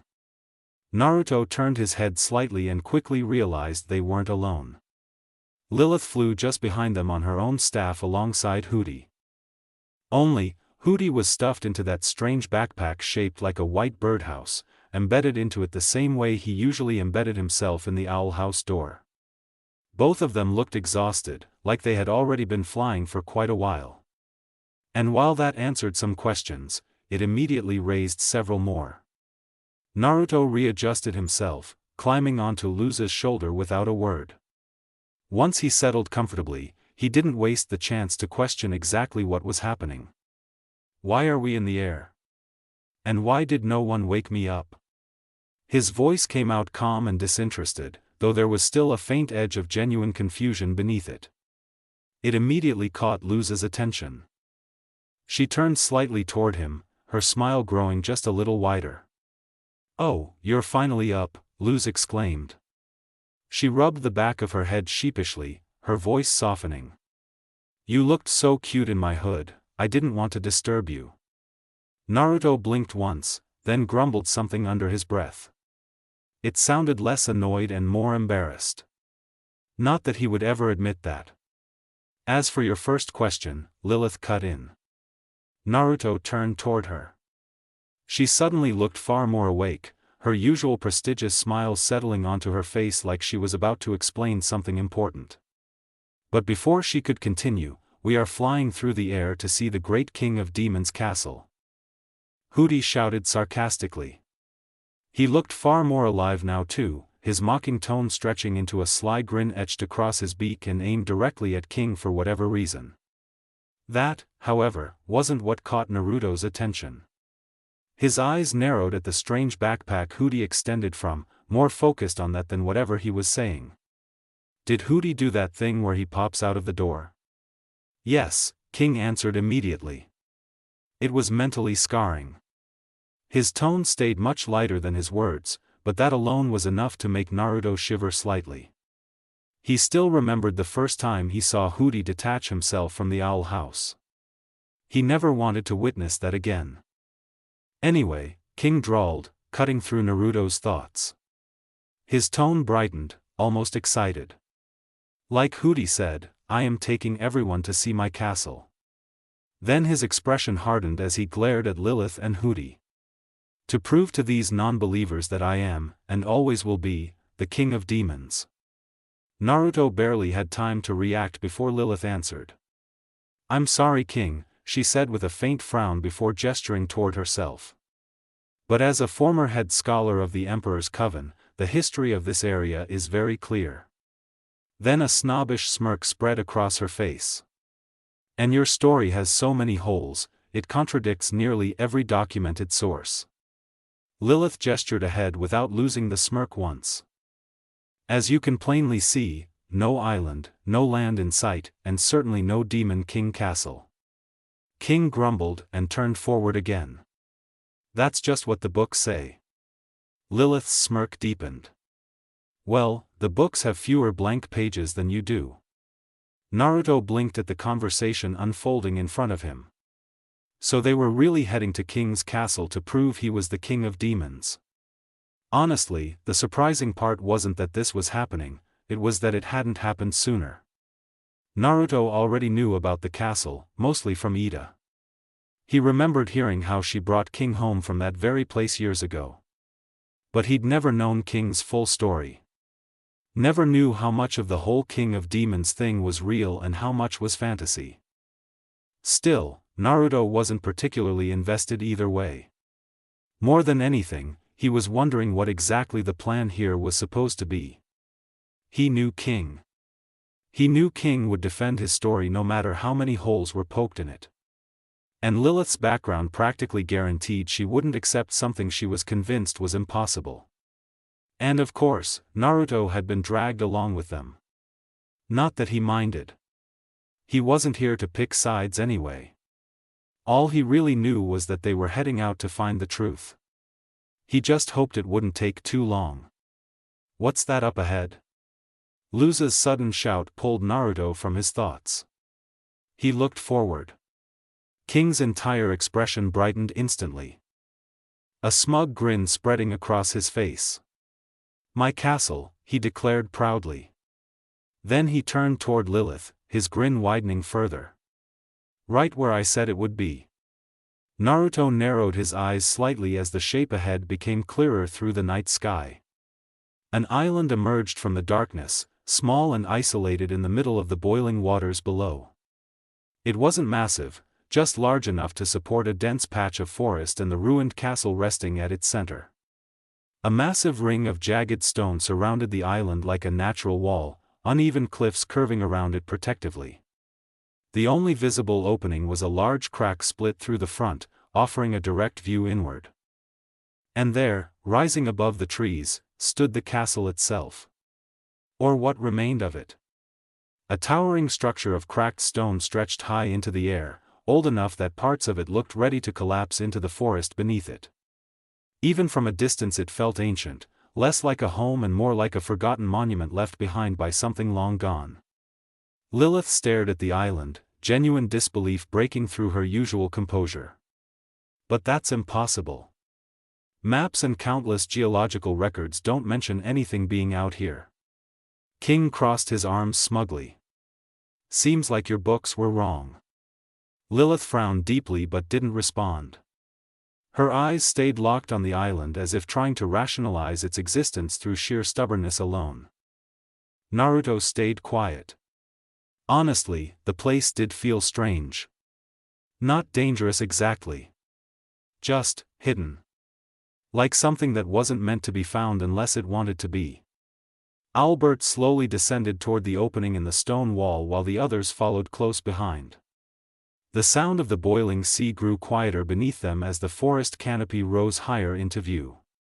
A few moments later, the staffs touched down near the edge of the island, right at the front of the forest. The moment Naruto's paws touched solid ground, he felt it. The island was silent in a way normal places weren't. So far, it matched what Ida had told him. Small, isolated, quiet in all the wrong ways. And beneath it all was that unnatural feeling creeping under his skin the moment they landed. King knowing about the island, and leading them here without hesitation, made his story more believable. But it didn't erase the holes Lilith had been so adamant about either. If anything, it only made the whole situation stranger. Because Naruto could already tell they had barely scratched the surface of whatever this place really was. His eyes drifted toward King. Whatever they found here, good or bad, it clearly mattered to him.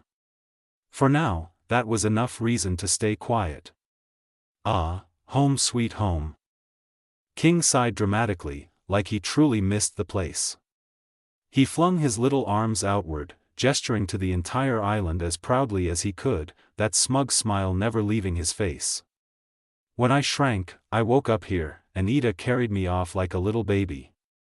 Luz cupped her cheek immediately, letting out a soft ah. Lilith rolled her eyes. Hooty copied her a second later. Naruto stretched his paws into the sand before steadying himself again, crimson eyes remaining fixed on King. Then King led the group into the forest. He stomped with every step, marching confidently through the grass and dirt like he was guiding one of his old armies instead of four mildly skeptical companions. Naruto followed close behind before eventually hopping back onto Luza's shoulder, curling around the fabric near her neck. Trailing furthest behind were Lilith and Hooty. Both were losing a battle against the surrounding foliage. As they pushed deeper into the forest, branches snagged at Lilith's cloak while thick leaves brushed against her face. She shoved one branch aside only for it to whip back and smack her directly in the head. A moment later she nearly tripped over a hidden root beneath the undergrowth. The deeper they walked, the more the forest seemed personally offended by her existence. It eventually reached the point where her annoyance started visibly boiling over. Every branch. Every bush. Every misplaced root seemed to add another layer to the irritation tightening in her chest. Moments later, Lilith ducked beneath another low branch with a frustrated groan. That tower is certainly intriguing, she frowned, but, before she could finish, her foot caught against a large tree root. She lurched forward abruptly and would have planted face first into the dirt if Hooty hadn't reacted instantly, stretching around a nearby tree trunk to stabilize her. "Thank you, Hootcipher." "My pleasure," Hooty replied proudly. Lilith straightened herself as Hooty unfurled from the tree again. She let out a long breath, forcing her irritation back beneath her usual composed, prestigious expression. "Couldn't we have landed a little closer?" she muttered, gesturing ahead. Everyone paused as King turned back toward them. "The treetops are too thick," he explained. "This is the only way in." Naruto glanced upward instinctively. The canopy above them was impossibly dense, its tangled leaves and branches woven together like a ceiling over the entire island. Not even the night sky could break through it. "Plus," King added, his grin widening again, "walking in is much more fun." A dramatic pause followed. And dramatic. With that, King shoved aside a massive leaf in front of him. The forest suddenly opened. An empty clearing stretched before them. Enclosed tightly by the canopy overhead, and at its center stood the tower. The stone structure rose high above the trees, cracked and weathered by age, yet still imposing enough to dominate the island around it. Thick vines crawled across its walls while time itself seemed etched into every fractured stone. And at the very base of the tower sat its entrance. A massive doorway shaped like a keyhole. Large, ancient, and completely blocked by a collapsed pile of rubble and stone. The group approached the tower entrance slowly, footsteps echoing across the cracked clearing. Up close, the structure felt stranger somehow. Like the island was hiding something beneath the surface. Naruto padded closer to the rubble, paws landing softly against the cold ground as crimson eyes swept across the entrance. Something about the collapse bothered him. It looked less destroyed and more sealed. Meanwhile, King immediately climbed the pile. "I'll find you guys another way in," he declared confidently. A second later he slipped between two rocks. "Wah!" Luz blinked while Naruto's ears twitched toward the sound automatically. King disappeared deeper into a narrow crevice in the rubble, grumbling to himself as he squeezed through. While he did, Lilith drifted toward the wall beside the entrance. Part of it was coated in a strange pale material unlike the rest of the tower stone. And carved into it was a symbol. Circular.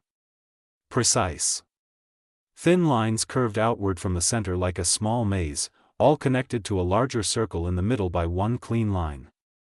"What a strange material," Lilith murmured, brushing her fingers across it. "And this symbol, I've never seen anything quite like it." Naruto's attention sharpened immediately. "Nephew, look," Lilith called more seriously. "This predates any language I know. King's story may be fake, but these ruins and symbols are a mystery." Luz stepped closer beside Naruto, both studying the carving carefully. "They look similar to glyphs in a way," Luz said quietly. "And they look naturally connected," Naruto added. "Almost integrated into one another." His eyes narrowed slightly. "No matter if King's story is true or not, something else is definitely happening here." The island answered him immediately. A loud crack echoed through the clearing as the rubble suddenly shifted inward.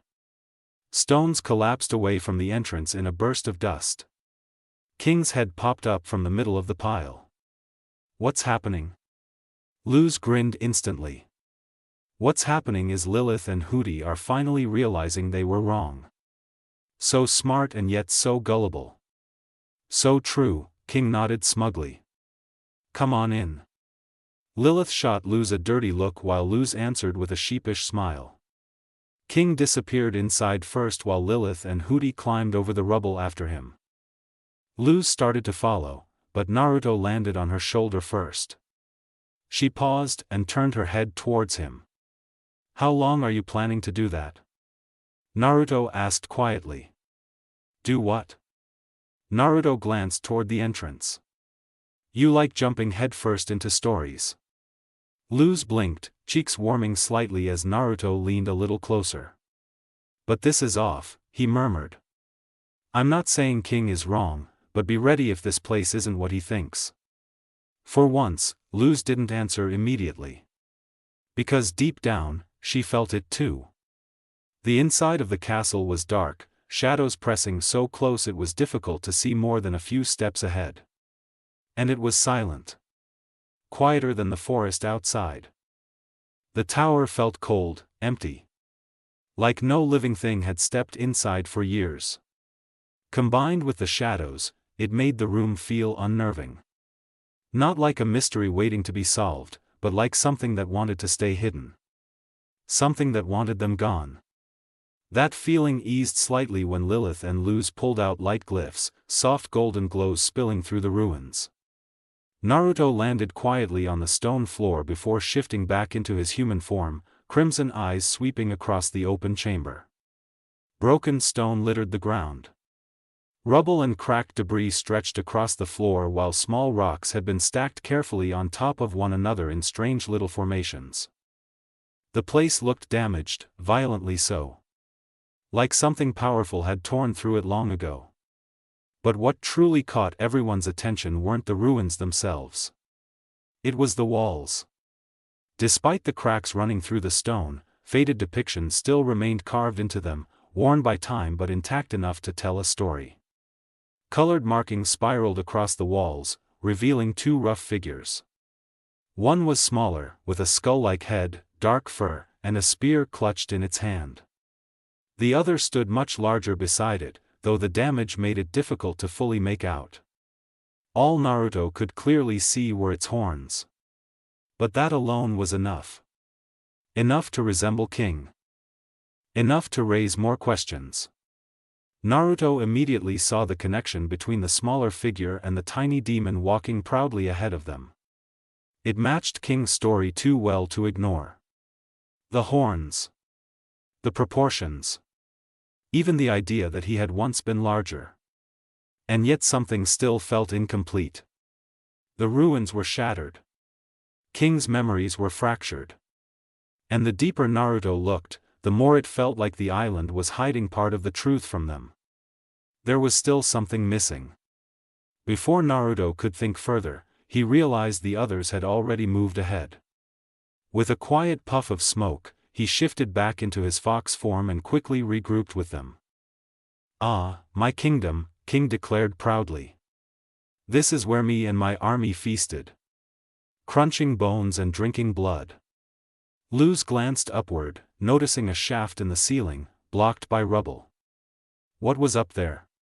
King looked up too. "I don't really remember," he admitted. "Just a muffled roar. Probably some minion praising my name." Naruto's ears twitched slightly at that. Luz smiled nervously. "Well, maybe we should head back soon. Ida's probably on her third cup of apple blood by now." "Your Majesty," Hooty cried dramatically. "You know I was kidding this whole time, right?" Naruto and Luz both turned toward him immediately before Lilith pushed past them. "These ruins are clearly of immense historical value," she said, studying the carvings closely. "Perhaps you could tell me more about them." Naruto's ears flicked slightly as he watched the sudden shift in both Lilith and Hooty. Only minutes ago they had been mocking King's story without hesitation, and now they were hanging on to every word like scholars uncovering lost history. It was confusing. Sudden enough that even Luz looked caught off guard by it. Still, Naruto could understand why. The carvings, the ruins, the symbols. Everything around them matched King's story just enough to make doubt harder to hold on to. Especially for Lilith, who stood closest to the wall paintings, practically studying them with stars in her eyes. At this point, they were probably already convincing themselves King really had been the king of demons. Even so, the speed of the change felt off. Too fast. Naruto's gaze drifted across the chamber again, crimson eyes narrowing slightly as the uneasy feeling from earlier crawled back beneath his skin.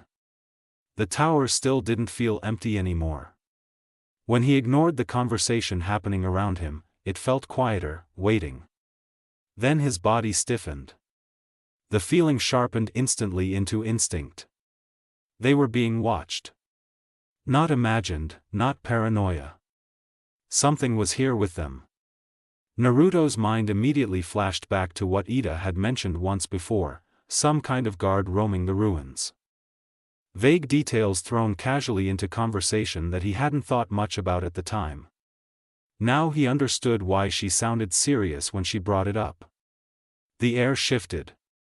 Naruto's pupils narrowed into slits as chakra surged through him. Everyone get down. A burst of smoke exploded around him. The small fox vanished, replaced instantly by Naruto's full human form as he landed hard against the stone floor, one arm already glowing with gold markings. And something moved in the darkness. The moment it realized it had been noticed, it burst from cover without a sound. Naruto saw it immediately. Not a demon. Not a witch. Something made. Its body was built from rough stone held together by shifting black sludge. Faint pulses rolling beneath each rocky limb like the creature could reshape itself at any moment. Every movement felt wrong, too smooth for something so heavy, too quick for something made of stone. And it was fast. It tore across the ruined chamber in seconds, claws grinding against the floor hard enough to spark against the stone. As it rushed closer, Naruto finally saw its head clearly. Smooth rock, sharpened into an arrow-like shape. No eyes. No face. Just a pointed mask aimed directly at them. Without hesitation, the fourth slot on Naruto's right arm flared to life. In an instant, the glowing mark shifted places with the first slot, and Naruto slammed his hand against the stone floor. Magic burst outward. Large vines exploded from the ground in rapid succession, twisting over one another until they formed a massive half-dome around the group. A shield. A barrier. Just in time. The creature crashed into the vines a heartbeat later. The tower shook from the impact. Naruto grit his teeth, the force still rattling through the barrier even without a direct hit. Whatever this thing was, it was strong. But now it was open.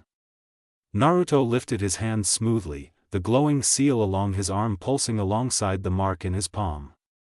With one sharp twist of his wrist, the shield unraveled instantly. The vines lashed forward. They twisted together into a massive whip and struck the stone creature midair, swatting it across the chamber with enough force to crack the walls. Only, it didn't go flying.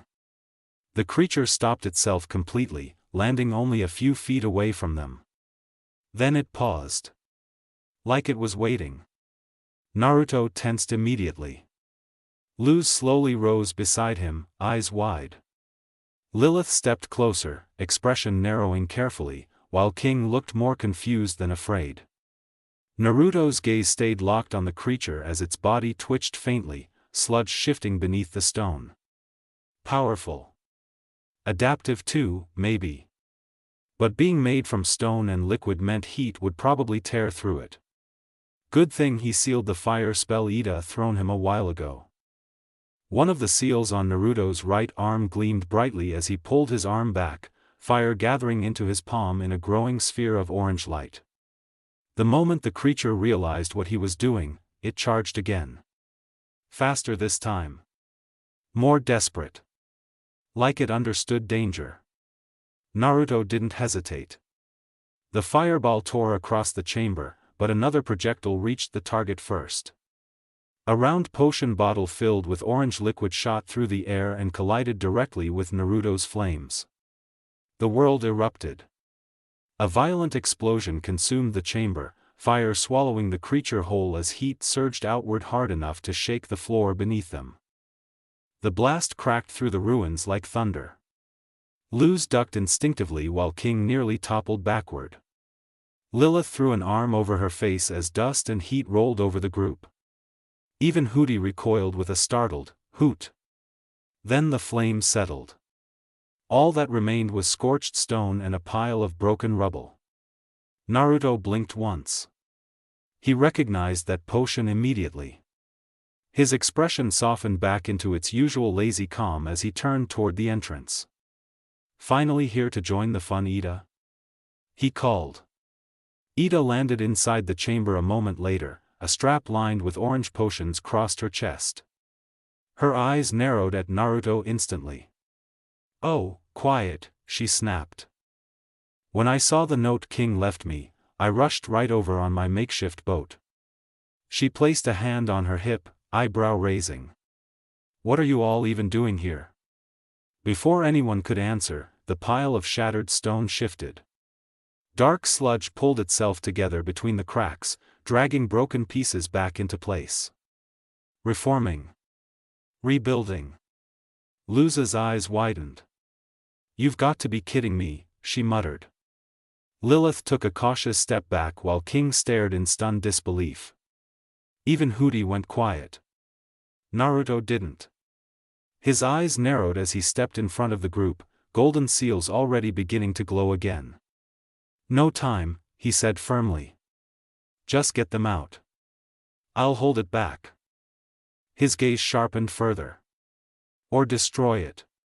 Whichever comes first." Ida didn't argue. Her expression hardened immediately as she turned toward the others. "You heard the kit. Everyone out." "But," King started. "No time, King," Luz shouted as she scooped him up and rushed toward the exit beside Ida. Lilith and Hooty followed right behind them.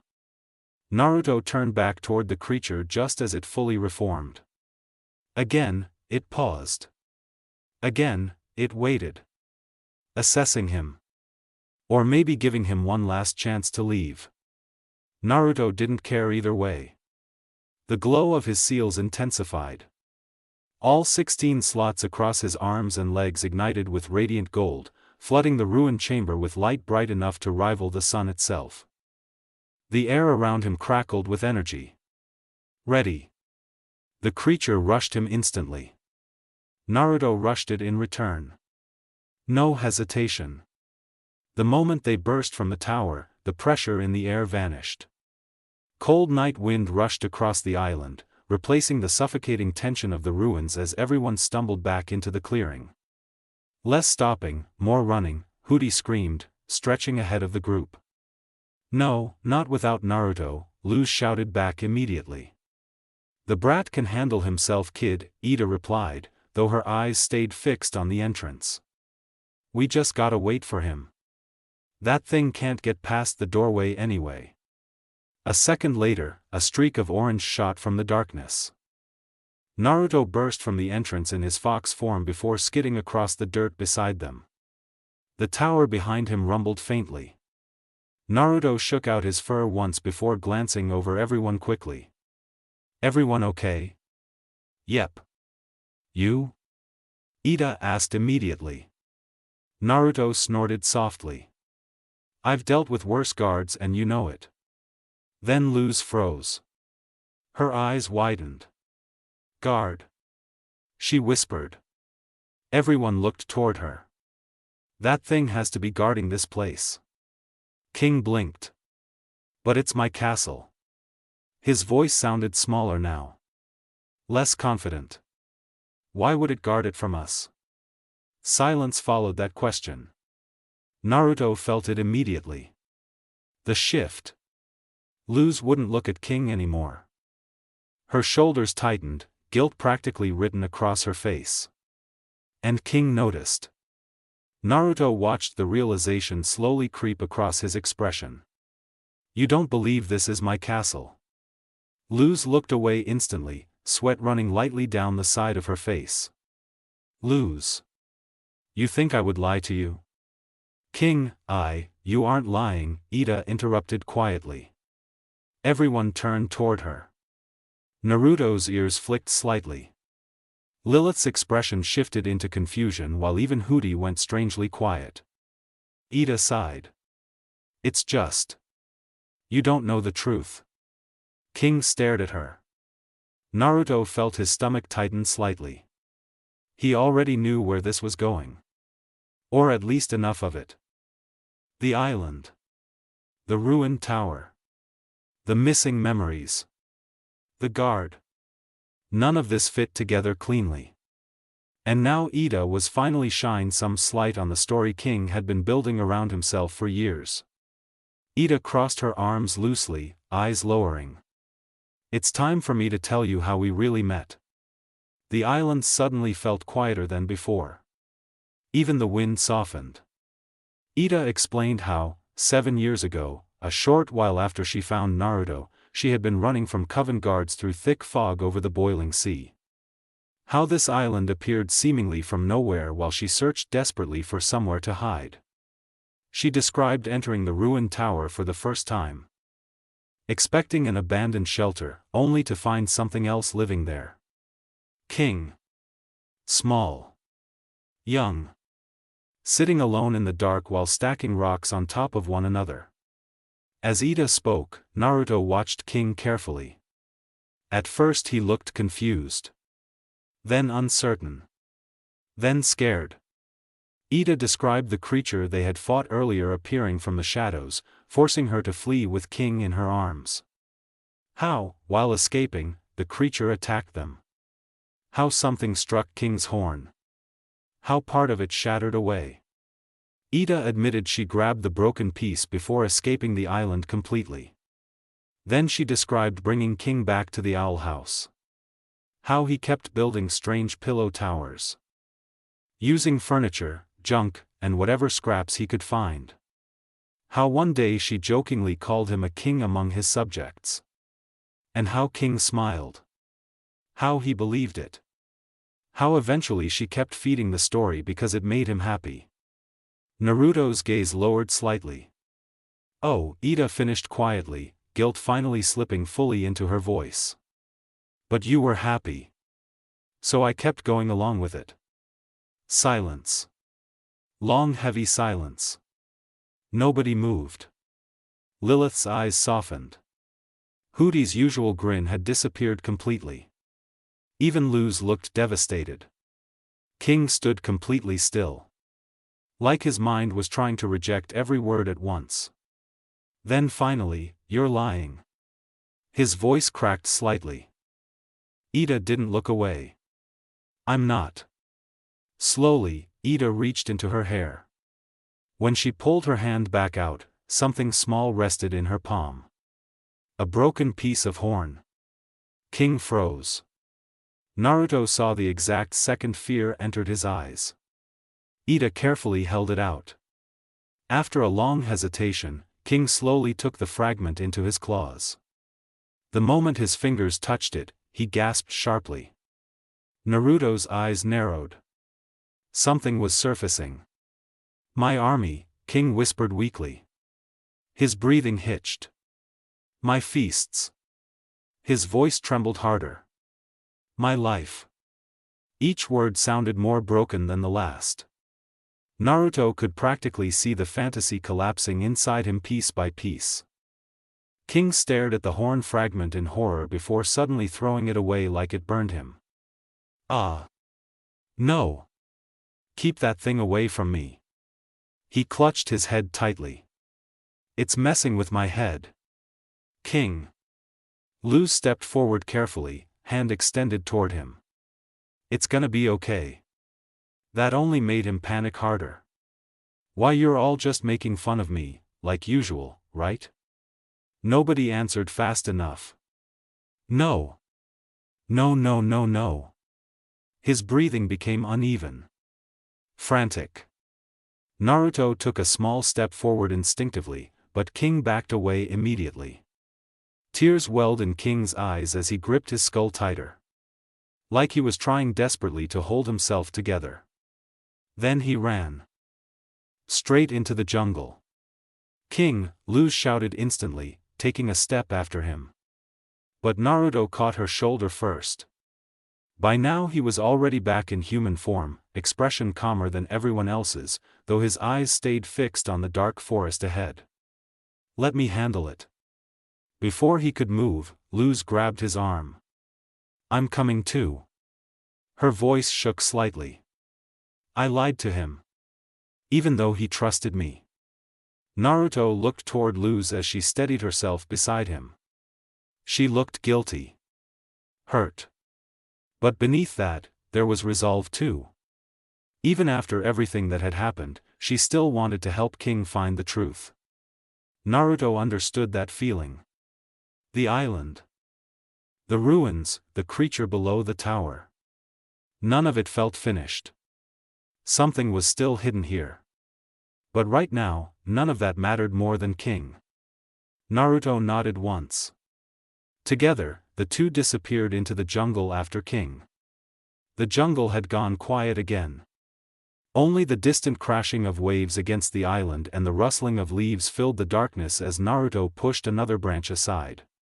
A few feet ahead, King sat alone on a fallen log. Small. Still. His head lowered toward the dirt beneath him. For once, there was no dramatic pose, no loud boasting, no annoyed grumbling. Just silence.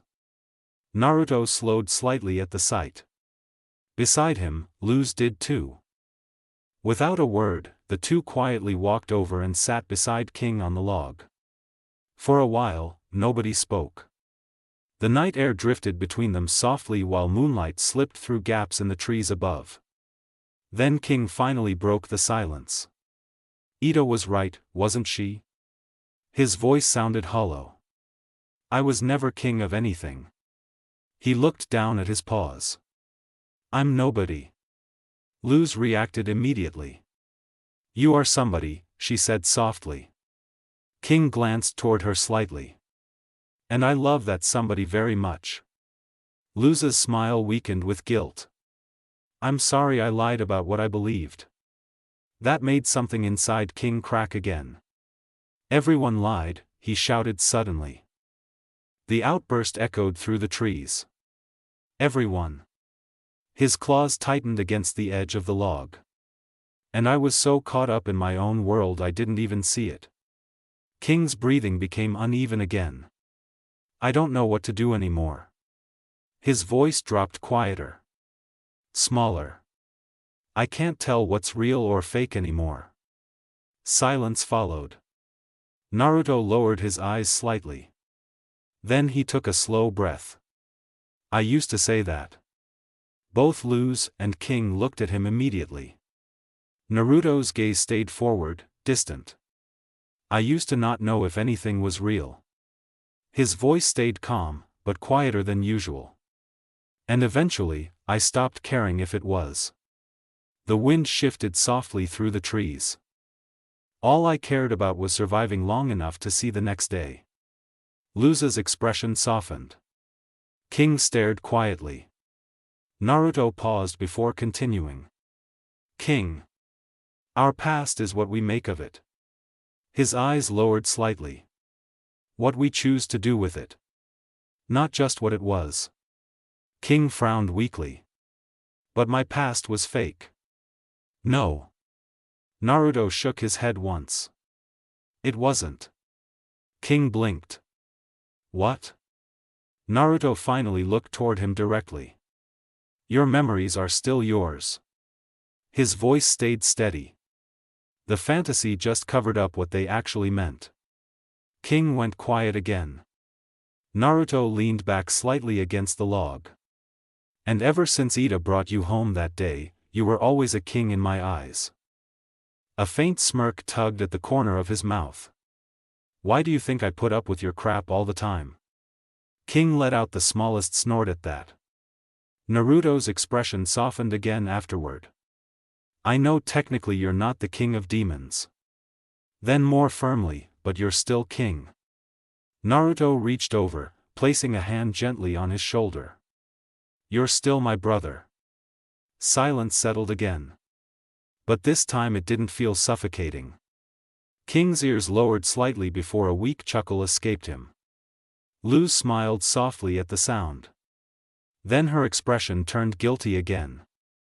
King. I'm really sorry. She clasped her hands together nervously. I wanted it to be real so badly. King looked toward her quietly.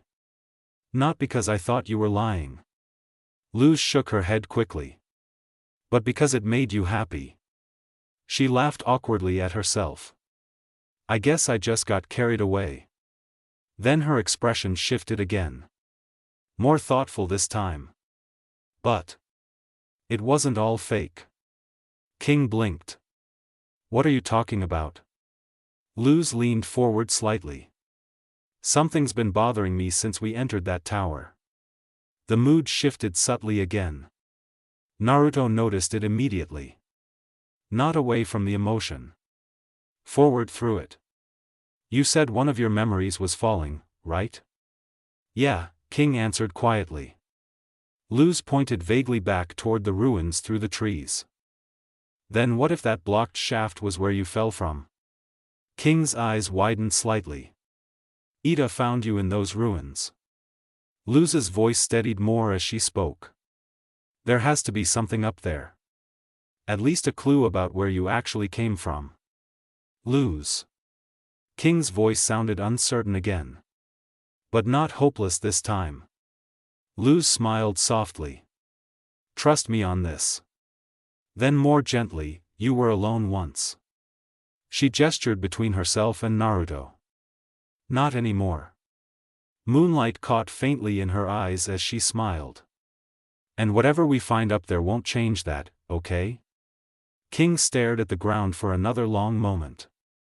Naruto watched the conflict slowly ease from his posture. The fear was still there. But now there was something else too. Hope. Finally, King stood from the log. Okay. Naruto and Luz exchanged small smiles before standing beside him. As they walked back through the jungle, Naruto quietly noticed the shift in Luz beside him.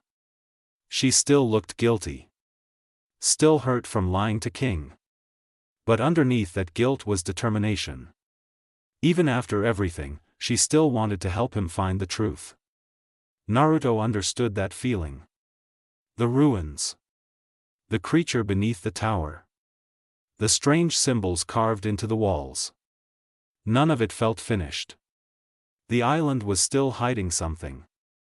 But right now, what mattered most was making sure King didn't face it alone. By the time the three emerged from the trees, the others immediately turned toward them. Relief crossed nearly everyone's face the moment they saw King walking beside Naruto and Luz again. Ida reacted first. King! She rushed toward him instantly. You're all right. But she slowed when King looked up at her sternly. Ida winced slightly. Then sighed. You're mad at me. Her shoulders lowered. I get it. I would be too. Slowly, Ida knelt in front of him.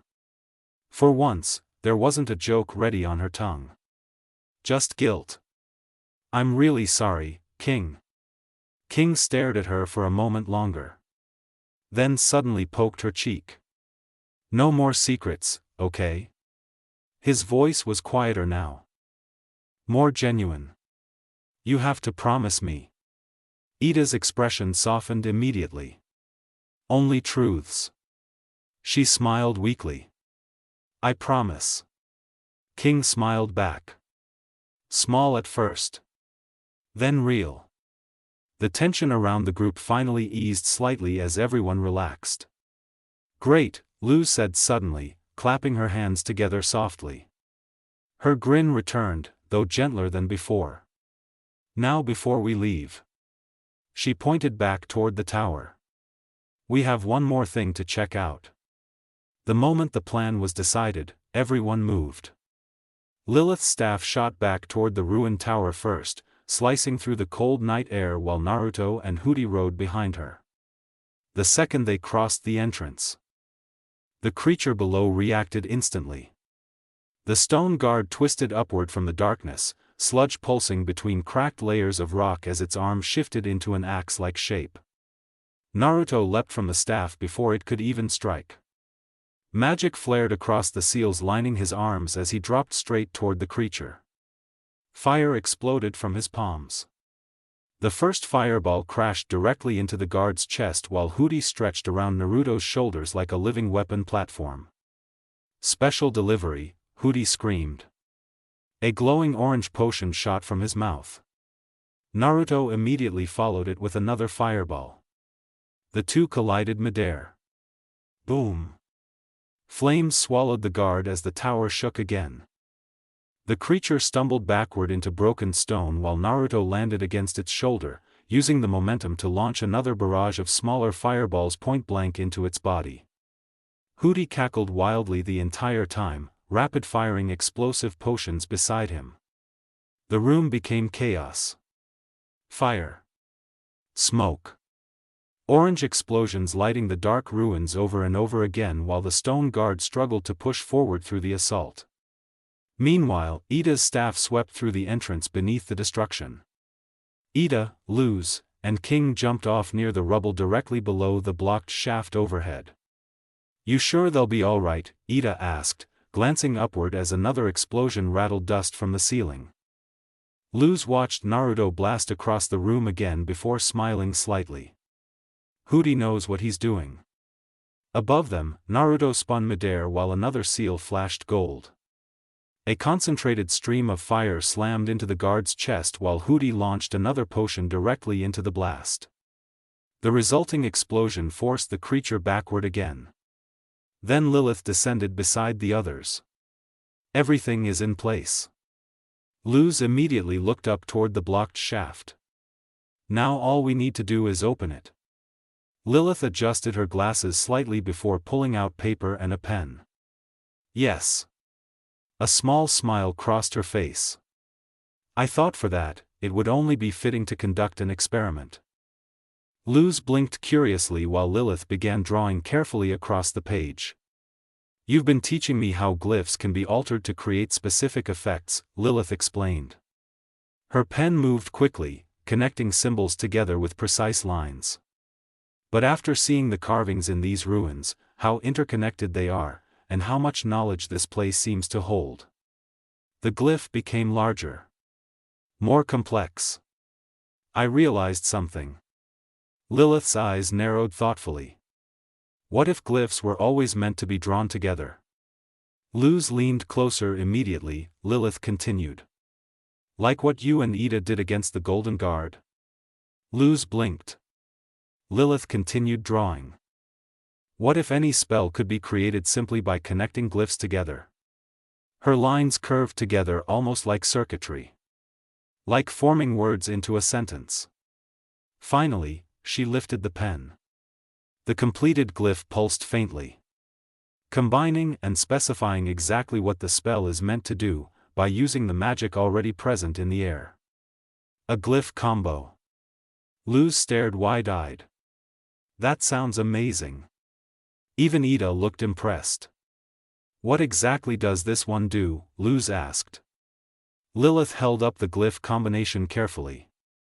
"If my theory is correct, it will allow us to become invisible, and phase through the blockage while leaving the structure intact." Luz's eyes lit up instantly. "That's genius." Lilith hummed proudly before quickly drawing several more copies. "We'll all need one." She handed them out before climbing atop the nearby rubble pile. "Nephew." Hoot cipher. Naruto glanced back mid-combat while Hooty stretched upside down beside him. "Catch." Lilith threw one of the glyphs toward him. Naruto snatched it cleanly out of the air before following Lilith's gesture toward the shaft above. Understanding immediately crossed his face. He nodded once. Then thrust both hands forward. A massive fireball erupted from his palms, engulfing the guard in another explosion large enough to shake the entire tower. The blast forced the creature crashing backward into broken stone again. Using the opening, Naruto launched himself back toward the group. Everyone remounted their staffs immediately. Naruto shifted into his fox form mid-run before his tails burst and grew behind him, propelling him through the air beside them. Together, the group rushed upward toward the blocked shaft. At the last second, everyone activated Lilith's glyph combo. The world distorted around them briefly. For a moment, it looked like they vanished completely. But instead, their bodies phased straight through the solid rock. The cold stone passed harmlessly through them as they entered the hidden tunnel beyond. Darkness surrounded them immediately afterward. Lilith quickly summoned a light glyph, illuminating the ancient shaft with pale golden light. The group ascended silently through the narrow passageway. Higher. Higher. Until finally, the tunnel opened. Everyone landed carefully inside a hidden chamber. And immediately, silence swallowed them whole. The room felt ancient. Not ruined like the lower tower. Preserved. Sacred. Massive carvings covered the walls, stretching from floor to ceiling. The same stone guardian from below appeared repeatedly across them, kneeling beside a much larger horned figure. The carvings spiraled around the chamber like a story frozen into stone. And directly in the center stood a golden pedestal.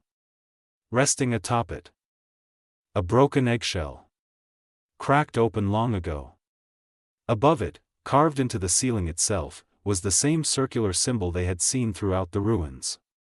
Moonlight poured down through the opening overhead, illuminating the pedestal in pale silver light. Naruto slowly looked around the chamber. Everything here felt untouched by time. Old beyond reason. Yet preserved with care. "This room is old," Lilith whispered. Her voice almost echoed. "Very old." King slowly approached the pedestal. Something about it pulled at him. Naruto noticed it immediately. And when the eggshell gave off the faintest glow, Naruto realized King noticed it too. Luz stepped beside the pedestal carefully. "I knew there was something up here." Lilith studied the carvings again. "It appears that creature was created to guard whatever was hidden inside this room." Everyone slowly turned toward King. Naruto stepped closer. "Does any of this feel familiar to you?" King stared at the egg silently. "I'm not sure." Then after a pause, "But I think I know how to jog my memory." He turned toward Ida. "Ida. I'm ready." King extended his paw.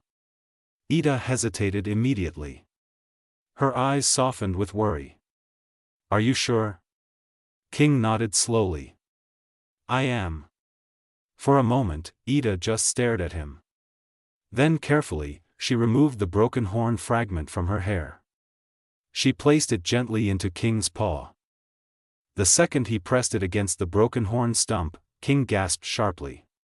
The room blurred around him. "I remember." His voice echoed faintly. A deep roar. The world faded. An enormous egg rested within darkness. Inside it, a tiny unborn king floated peacefully while a deep demonic roar echoed from somewhere outside. "It called to me." The chamber shook violently. A distant explosion thundered somewhere beyond the shell. The unborn king flinched. And then something happened. Darkness swallowed everything briefly. But I was too small to do anything. The shaking stopped. So I went back to sleep. Time passed. Then cracks spread across the shell. Light poured inside. And the next time I woke up, the newborn king tumbled from the egg onto the pedestal steps. Tiny. Fragile. Alone. His wide eyes stared upward toward the glowing symbol above the chamber. Then slowly, he crawled toward the shaft opening nearby. The opening pulsed faintly when he touched it. Moments later, the stone guardian emerged from below. Not attacking. Protecting. The creature gently lifted newborn king into its arms before descending back into the darkness with him cradled safely against its chest. The memory faded. King slowly lowered the horn fragment from his head. Tears shimmered faintly in his eyes. "King," Luz asked softly. King looked up slowly. "That roar." His voice trembled. "It meant, son." Everyone froze. "I don't know how I know that." A smile slowly broke through his tears. But I do. King clutched the horn fragment tightly. Someone called me their son. His voice cracked. Luz. I think it was my dad.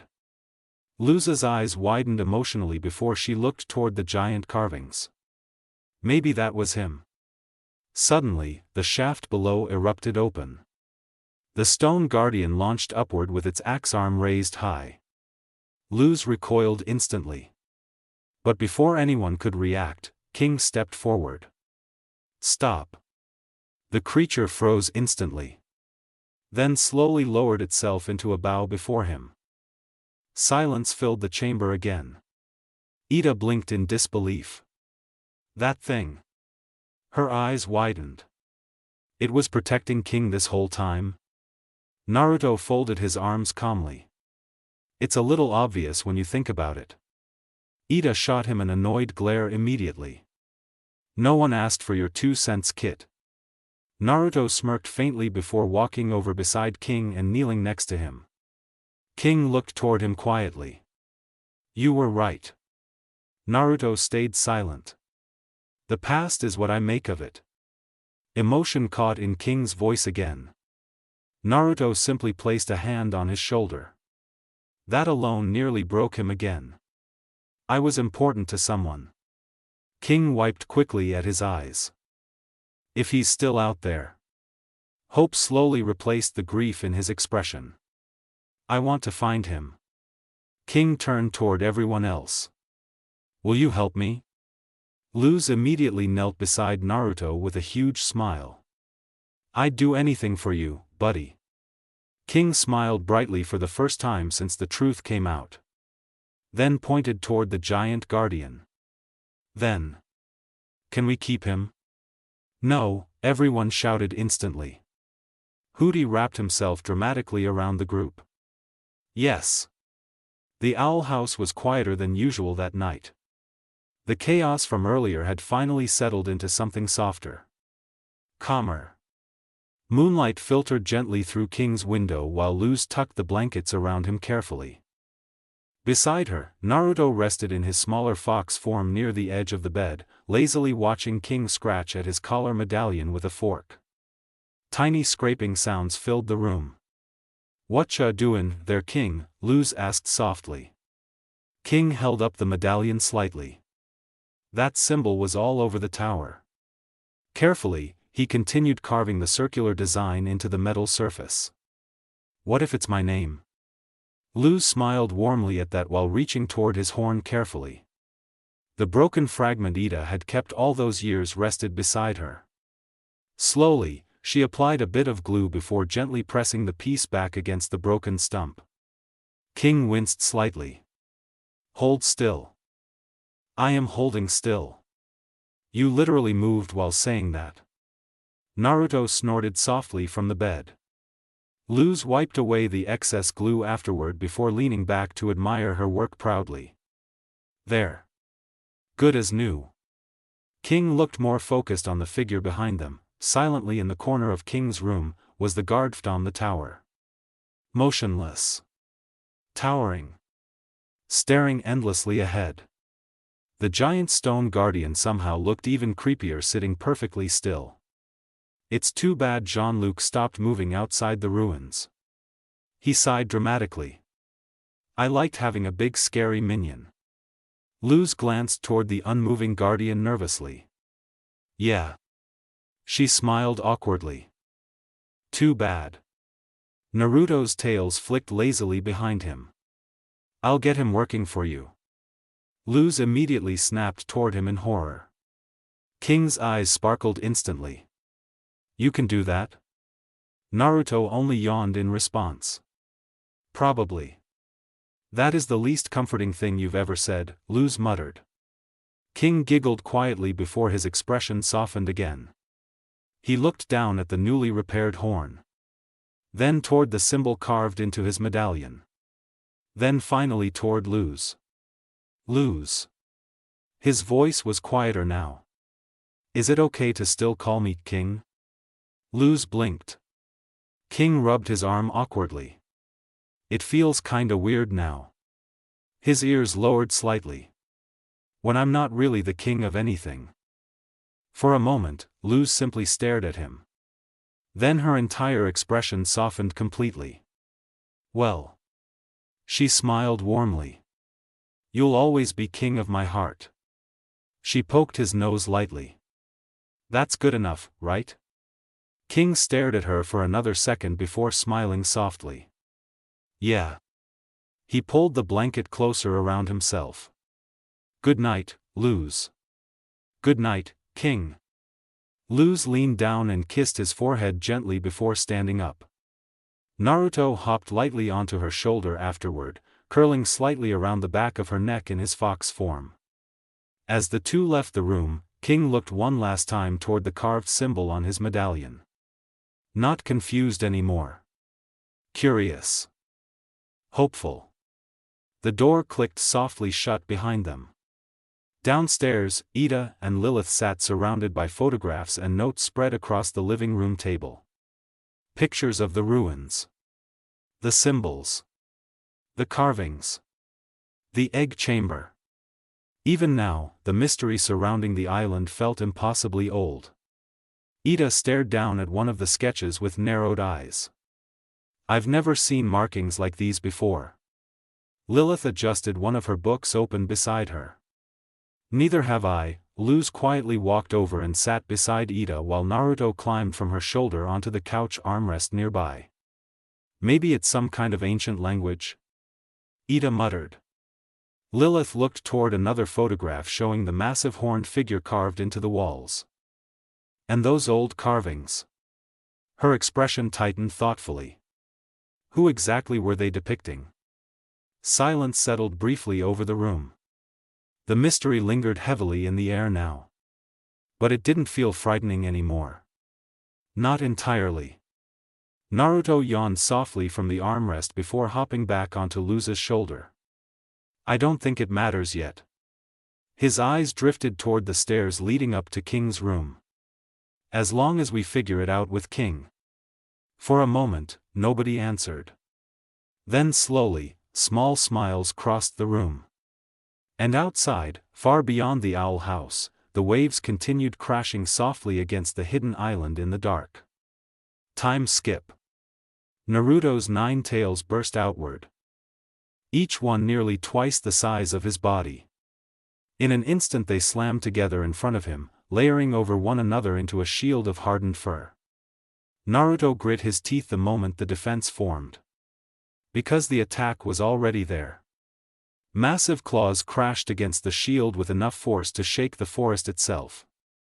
The strike didn't cut. Didn't pierce.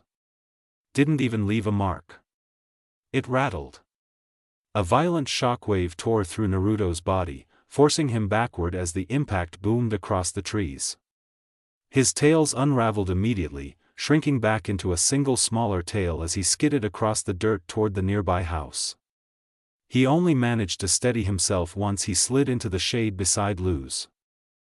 Without hesitation she caught his arm, helping keep him upright before narrowing her gaze toward the creature ahead of them.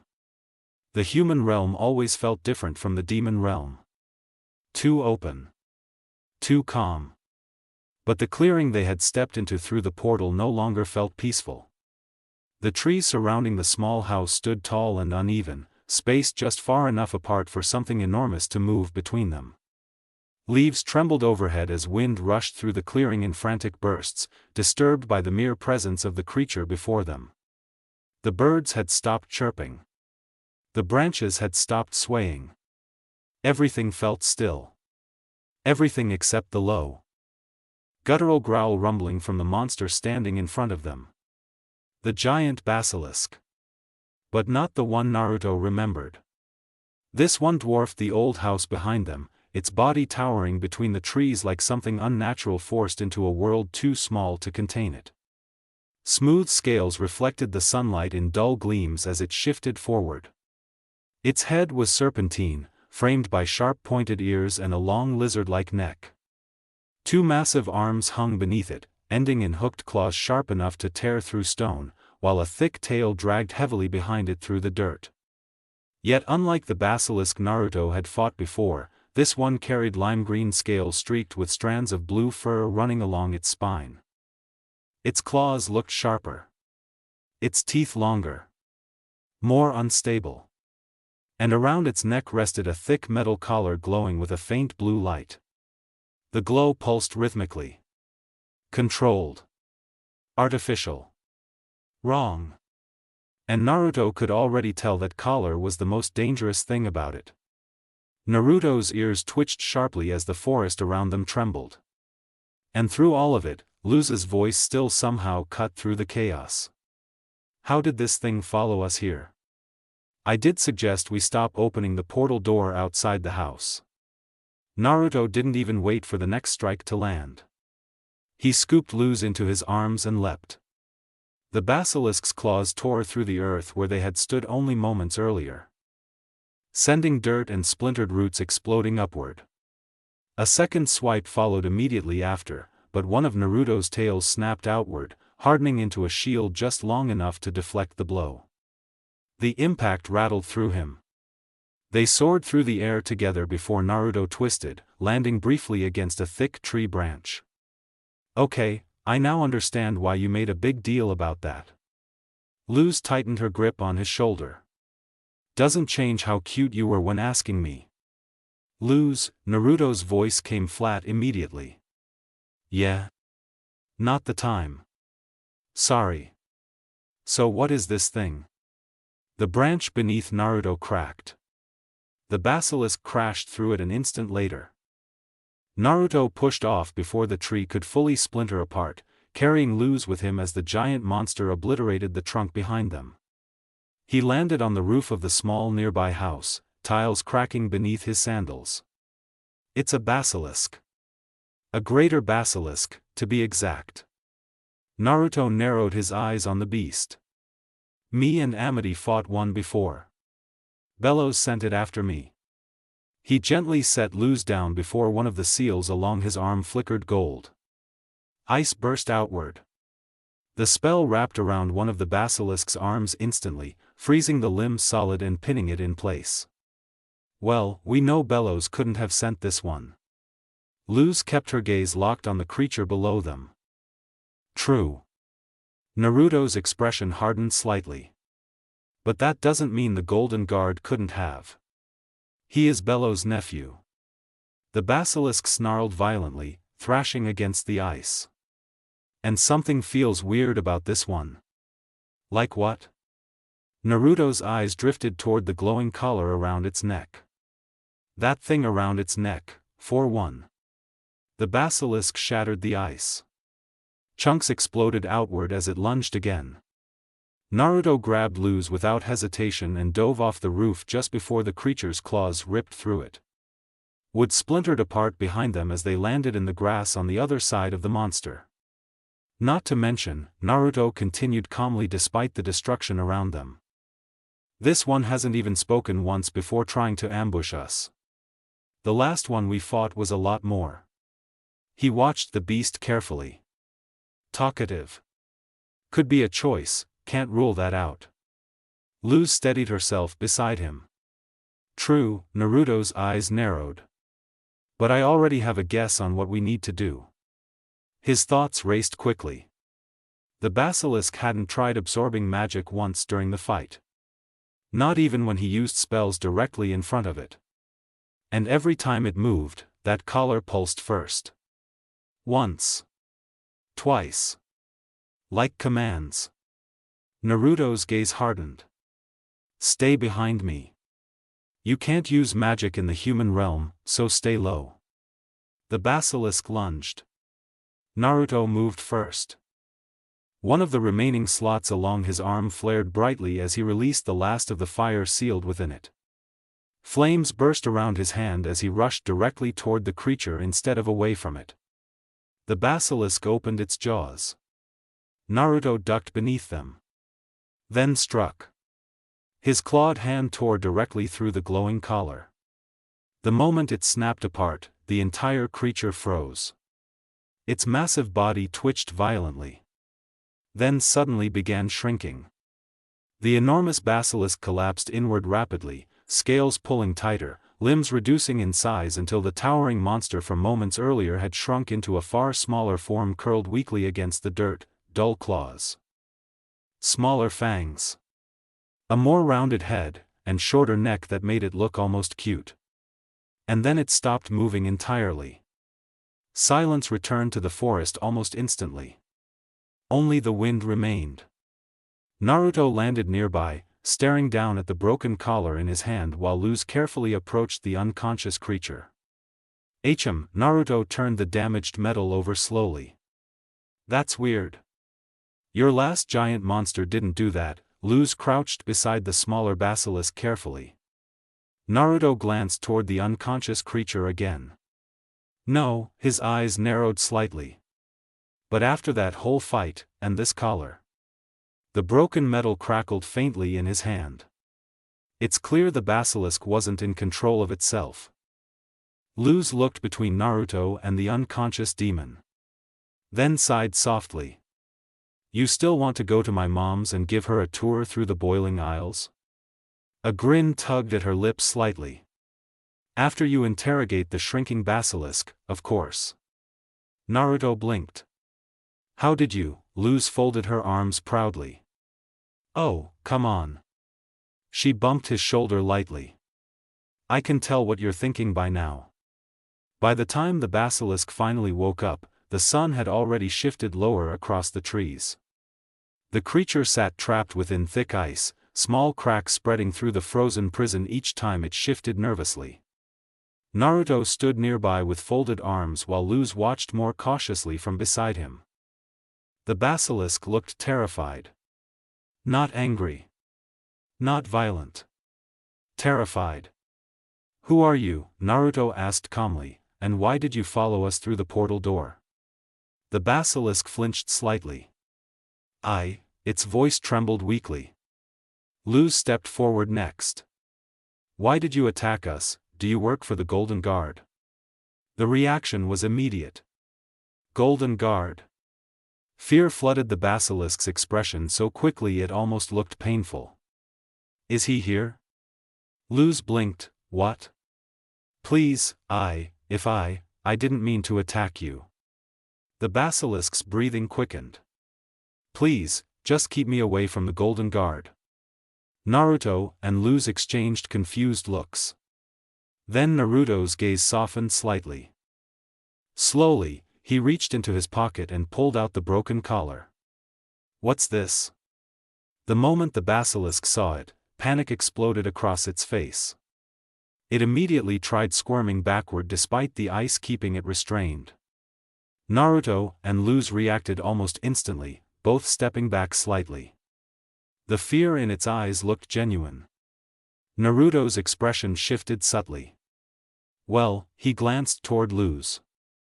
I think it's obvious the basilisk doesn't know what just happened. Or even where she is. That's an understatement. Luz lowered her voice slightly. Did you see how she reacted when you showed her the collar? She looked back toward the terrified creature. Not to mention when I said Golden Guard. They looked terrified. Naruto's gaze hardened thoughtfully. Not just that. He looked toward the basilisk again. The reactions. The responses. Her being a basilisk.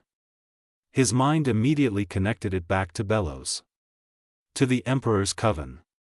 To the other basilisk that had been sent after him not too long ago. It all has to connect back to Bellows. Naruto's eyes narrowed slightly. Or at least to the Golden Guard. Luz frowned softly. What do you think they did? Naruto stayed quiet for a moment. Then looked toward the frightened demon again. I don't know. His voice lowered. But she's afraid. The broken collar creaked in his hand. And it's clear she wasn't in control of her actions during the fight. Thoughts of Bellows and the Golden Guard pressed heavily against the back of Naruto's mind. Manipulation. Control. The same patterns again and again. Naruto's grip tightened. Then suddenly, the collar shattered completely in his hand. The basilisk flinched hard at the sound. Naruto tossed the remains aside without another glance. Then turned toward Luz. Luz. His expression softened slightly again. Can we take her to your mom's house? Luz blinked. Why? She can't be emotionally stable right now. Naruto looked toward the basilisk briefly. And I have a hunch she doesn't want to be in the demon realm while the Golden Guard is still around. Luz glanced toward the frightened demon again before slowly nodding. I guess that makes sense. Then her voice softened. But maybe we should calm her down first. Naruto nodded once. I can handle that.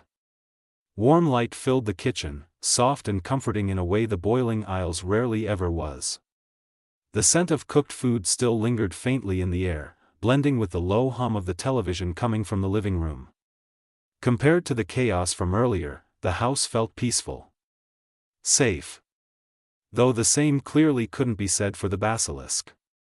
She sat stiffly on the couch, shoulders drawn tight as she nervously turned the television remote over in her hands. Her eyes constantly drifted toward the windows, toward the hallway. Toward the front door. Like she expected someone to burst through it at any second. Every small sound made her tense. Thank you, Mama, for letting us bring them here. Camila looked over from the kitchen counter, immediately softening at the sight of Luz. Siempre te cubrimos, Mija. Though her smile faded slightly as her eyes drifted toward the living room. Toward the basilisk. Though she couldn't fully tell what was happening, Camila could see fear when it was sitting right in front of her. Her gaze shifted toward Naruto next. And how are you today, Naruto? I'm doing fine. The response came automatically, almost distracted. Naruto's attention never fully left the basilisk. Camila noticed that too. Okay. Don't feel bad, Mama. Luz leaned lightly against the counter with a grin. He's usually quiet. A lazy fox if you ask me.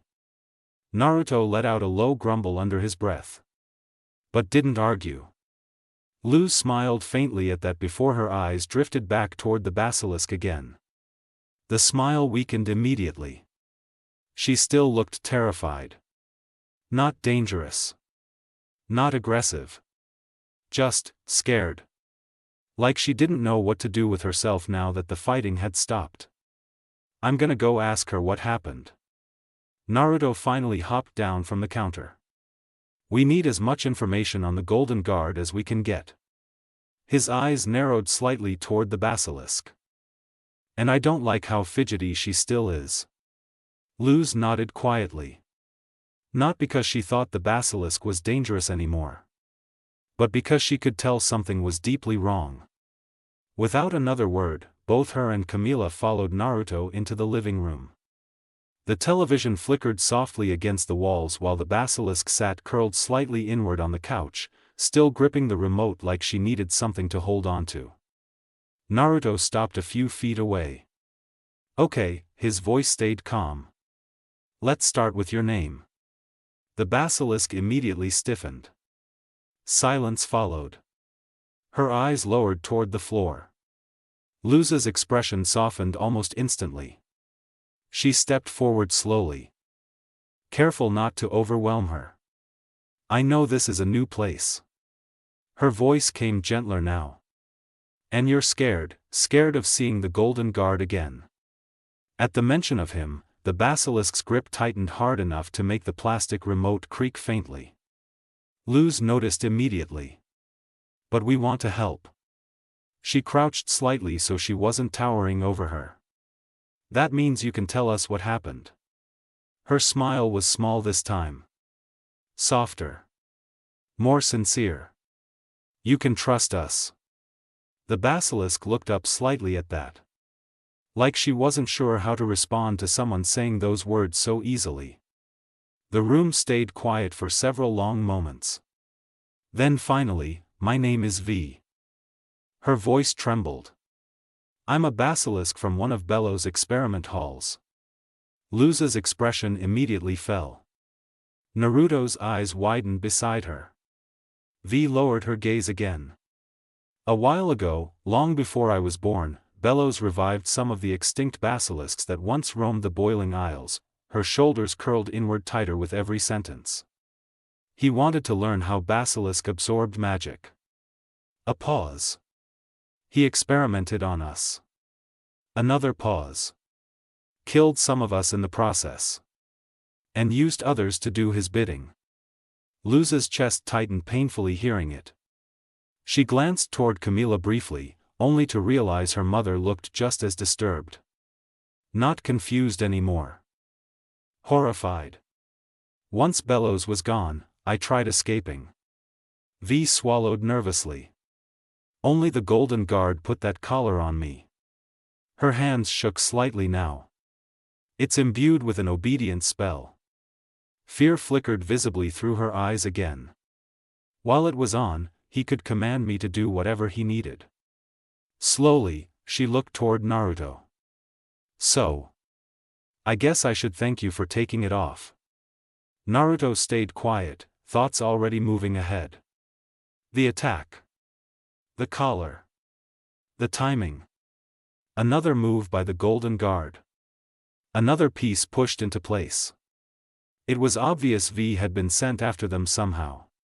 What Naruto still couldn't understand was why. Do you know what the Golden Guard is planning? V shook her head immediately. No. Silence settled over the room again. This time heavier. V looked guilty. Like not having answers somehow made her a disappointment too. Luz noticed immediately. It's okay. Her voice came quick, gentle. Before V could spiral any further. How about instead of more questions? Luz smiled softly again. We find you a place to stay? Naruto glanced toward her while she continued. I know Ida's always ready to take in more strays. At the Owl House, you'd be safe. The moment the Boiling Isles were mentioned, V reacted immediately. No, the word came out sharp enough to make Luz blink. V immediately shrank slightly afterward. Hugging herself tighter. I don't want to go back to the Boiling Isles, her voice lowered almost to a whisper. Not while he's still there. The fear in her expression this time looked raw. Honest. Luz's worry deepened instantly. She looked toward Naruto helplessly for half a second before Camila quietly stepped forward. Then you can stay here. Everyone looked toward her. Camila's expression had softened completely now. Not cautious. Protective. At least until Naruto and Luz stopped this big bad Golden Guard. Mama, are you sure? Por supuesto, Mija. Camila smiled warmly before looking directly toward V. I raised Luz. A tiny hint of humor entered her voice. I can handle a shape-shifting demon too. V looked genuinely stunned by the offer. Like she didn't understand why someone would willingly help her. Luz noticed that too. And her smile softened into something more emotional. Well. Luz rubbed the back of her neck lightly. That's true. Then she looked back toward V. What do you say? V hesitated. Her eyes slowly drifted around the room again. The couch. The television. The kitchen lights. The warmth. The lack of fear in Camila's eyes. Safe. It felt safe. Finally, V nodded weakly. I guess I'm okay with that. Then quieter, as long as I'm not imposing. You're not, Camila answered immediately. The response came so naturally that V looked caught off guard by it. Luz smiled softly at the reaction before stretching slightly. Well, that settles it. She glanced toward Naruto. Me and Naruto should probably leave you two to get acquainted. Then sheepishly, sorry we couldn't take you on a tour through the Boiling Isles, Mama. It's okay Mija, Camila waved it off easily. La próxima vez. Luz grinned faintly. Te sugterá elo. By now Naruto had already shifted back into his fox form, clearly done with the conversation. With one smooth leap he landed on Luz's shoulder, curling his tail around himself comfortably. But before they left, Luz glanced back one more time. V still looked nervous. Still scared. But Luz was sure that would change soon. The walk back through the forest wasn't really quiet. It was calm. The kind of calm that settled in after chaos finally burned itself out. Luz and Naruto barely noticed their surroundings anymore. Not the trees swaying softly overhead, not the distant rustling of animals deeper in the woods, nor the pale moonlight spilling through the branches and painting silver across the forest floor. From Camilla's house, to the old cabin hidden in the woods, to the portal door itself, they spent the entire walk talking as much as they could. Comfortable. Casual. Like both of them were trying to hold on to the peaceful moment while it lasted. Do you think it was a good idea to let V stay with your mother? Naruto sighed, tilting his fox head slightly as he spoke.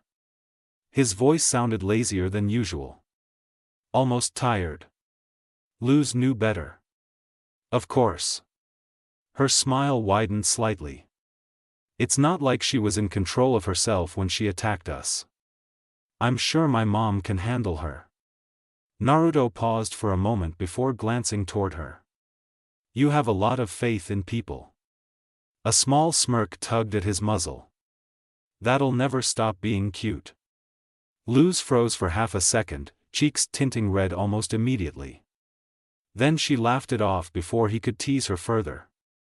Ah, a compliment from the great nine-tailed fox? She placed a hand dramatically against her chest. I'm so flattered. Naruto chuckled quietly in return. The sound was soft. Comfortable. Eventually they reached the old house hidden in the middle of the forest. Both paused near the porch, staring at the damage left behind from earlier. Splintered wood littered the steps, cracks running through parts of the wall where V's attack had nearly torn the place apart. Maybe they should fix it eventually. At least a little. Some other day. But not today. Luz reached into her pocket and pulled out the key. Her key. The key Ida had trusted her with. The portal key. She pressed against the eye embedded into its center, clicking it like a button. Instantly, golden light burst outward across the doorway of the old cabin. The air shimmered. Reality twisted. And within seconds the portal door emerged in place of the cabin entrance, glowing brightly as it slowly creaked open for them. Without much thought, the two stepped through together. Golden light flashed around them briefly before the human realm disappeared behind them completely. A moment later they emerged back onto the boiling aisles, right in front of the owl house. The area around them was quiet. Still. Night had already fully settled across the aisles, leaving the forest dim beneath moonlight and drifting fog. The owl house itself stood dark in the distance, unusually peaceful without Hooty screaming at something random. Naruto's ears twitched slightly. No movement nearby. No voices either. Ida, King, and the others were probably out doing something around town. Meaning for once. The house was empty. But as they started walking toward the house, ready to finally rest for the night, Naruto caught it. His eyes widened suddenly. Luz paused with him almost immediately. Naruto sniffed the air once, then again. And instantly, the exhaustion faded from his expression. Something felt wrong. The air around the house carried more than just their scent. More than just the familiar smell of old wood, wild magic, and the people who lived there. Someone else had been here. His ears twitched sharply as his senses stretched outward into the darkness surrounding the owl house. Then he heard it. Controlled breathing nearby. Silent. Disciplined. His eyes scanned the forest, but found nothing. That didn't stop his fox-like pupils from sharpening dangerously. Didn't stop the low growl curling past his lips. Someone was here. Currently hidden from sight, but definitely there. Watching. Waiting. Their presence lingered just outside perception. Then suddenly, it moved. Not physically. But Naruto felt it shift. Like whoever it was had gone from hiding nearby, to standing directly on top of them. Naruto reacted instantly. In one motion he shifted back into his human form, stepped beneath Luz, grabbed her around the waist, and leapt backward away from the portal door. The ground cracked slightly beneath where he launched from. They landed several feet away before immediately spinning back toward the spot they had just occupied. Toward the place that would have guaranteed disaster if they stayed standing there another second longer. The Golden Guard stood silently beside the portal door. Mask gleaming faintly beneath the moonlight. Cloak billowing softly despite the complete absence of wind. It felt like wherever he went, a silent presence followed him. And the presence smelled like rain. Okay, let me be serious. It felt like wherever he went, a silent pressure followed him. Something cold. Something deliberate. Like the air itself bent around his existence just enough to keep him hidden from Naruto's senses. Though not hidden enough. Naruto's eyes narrowed immediately as he analyzed the situation. The Golden Guard. The same man who attacked Luz, King, and Ida not long ago. The same man who had clearly sent V after them. So why was he here now? What was the plan? Naruto still couldn't piece it together. And part of him didn't want to. Because in the end, none of it really mattered. The Golden Guard had hurt his family. That alone was enough. Naruto slowly placed Luz down beside him. Then moved. No warning. No words. Just pure instinct. Naruto was in front of the Golden Guard within moments. No hesitation. No warning. Just violence. He launched into his first strike wildly. Spinning into a left jab aimed directly for the guard's mask. The Golden Guard tilted left smoothly, the punch barely missing him. Naruto immediately carried the momentum into a spinning kick. That missed too. Naruto grit his teeth. Then forced the rest of the momentum into one final desperate axe kick meant to crush straight through the man's guard entirely.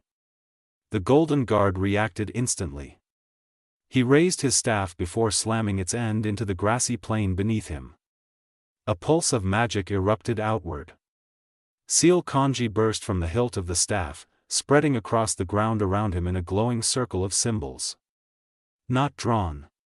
Not placed. Created. Controlled. Just like him. Naruto's axe kick looked like it would land. Thanks to the seals, it didn't. A barrier exploded into existence between them. The impact still hit hard enough to shake the entire field.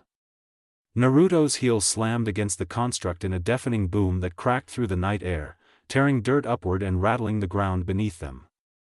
Naruto's eyes widened slightly. A seal barrier.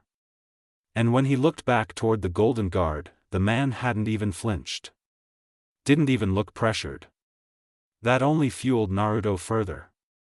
Before the barrier could fade completely, Naruto planted his foot against it and launched himself upward using the construct itself as leverage.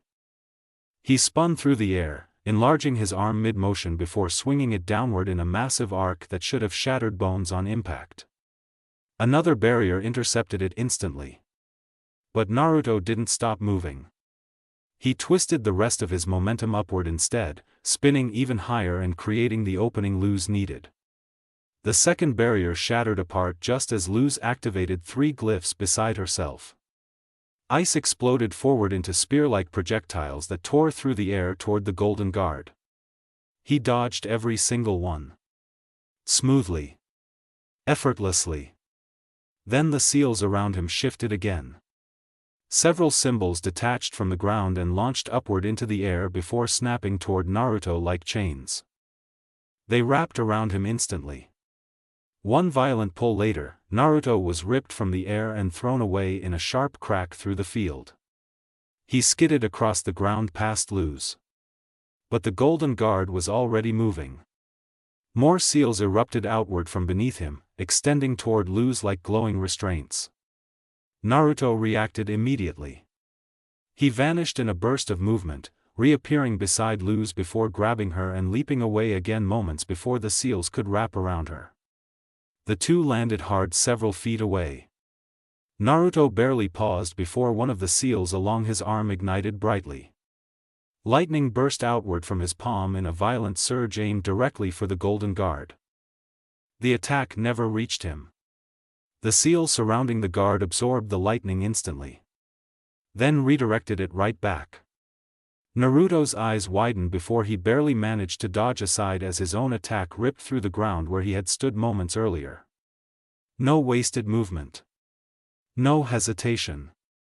The Golden Guard redirected attacks as naturally as breathing. Naruto set Luz down again before rushing back into the fight immediately. This time he abandoned structure entirely. Pure instinct took over. He launched into another relentless flurry, enlarging limbs mid-strike and twisting his body unnaturally through each attack like an animal cornering prey.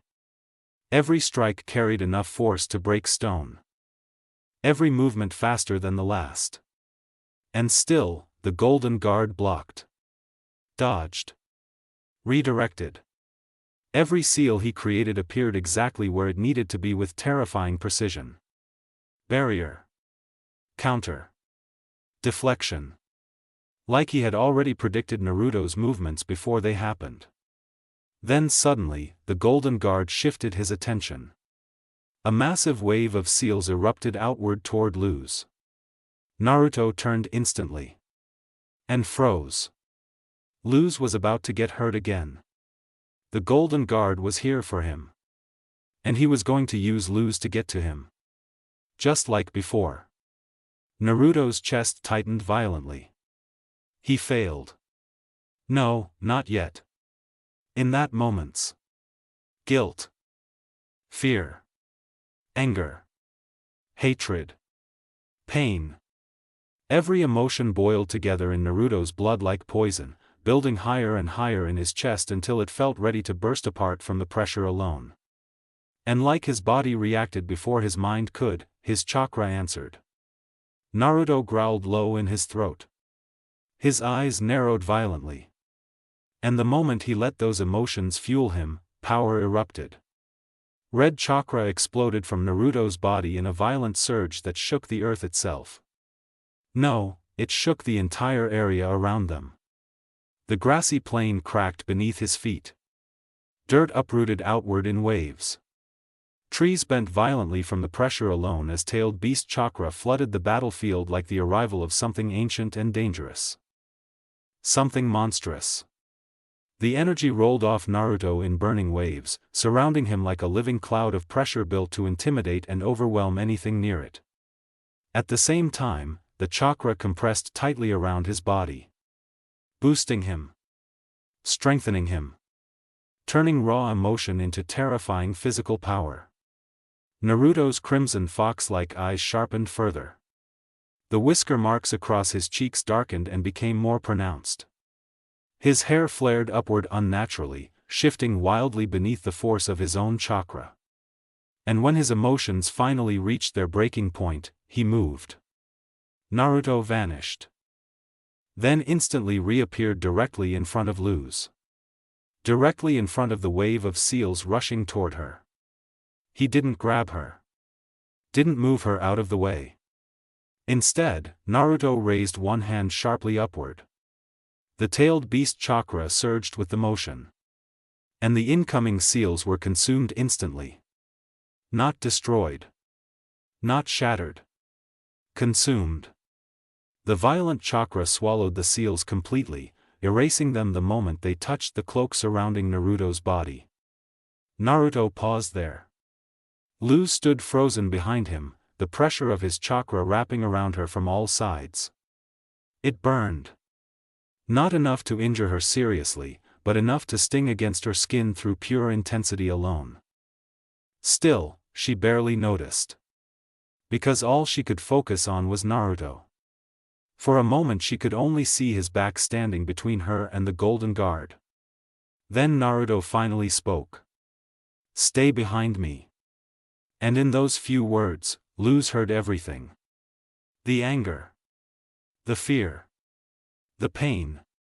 Every ounce of hatred Naruto held toward the Golden Guard bled through his voice. Even now, while the cloak burned against her skin as he protected her, Luz could hear how close he was to breaking. But she didn't say anything. Didn't know what to say. And once again, Naruto moved.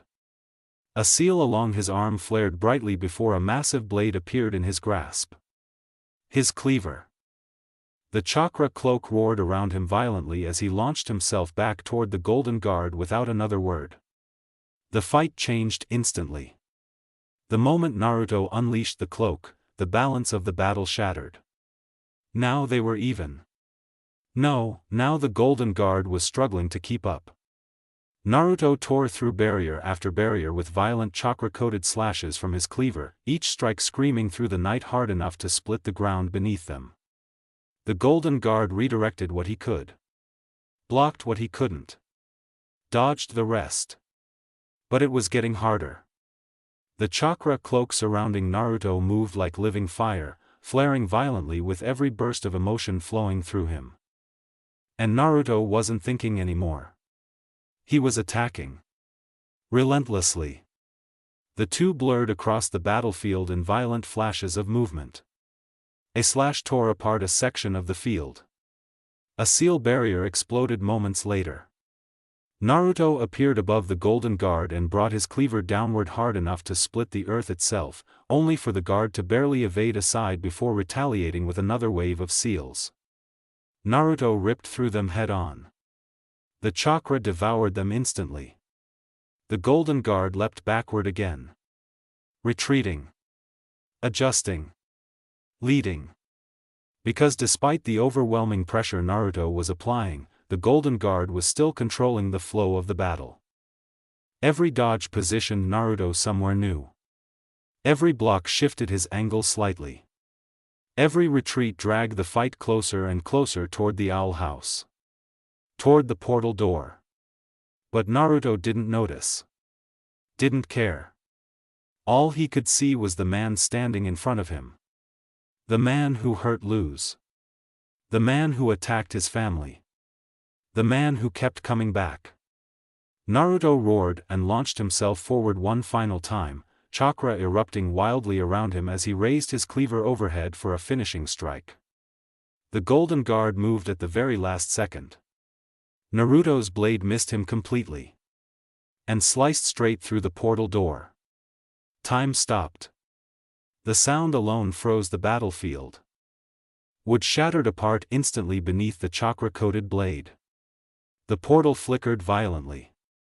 Golden light distorted wildly before collapsing inward on itself. Naruto's eyes widened immediately.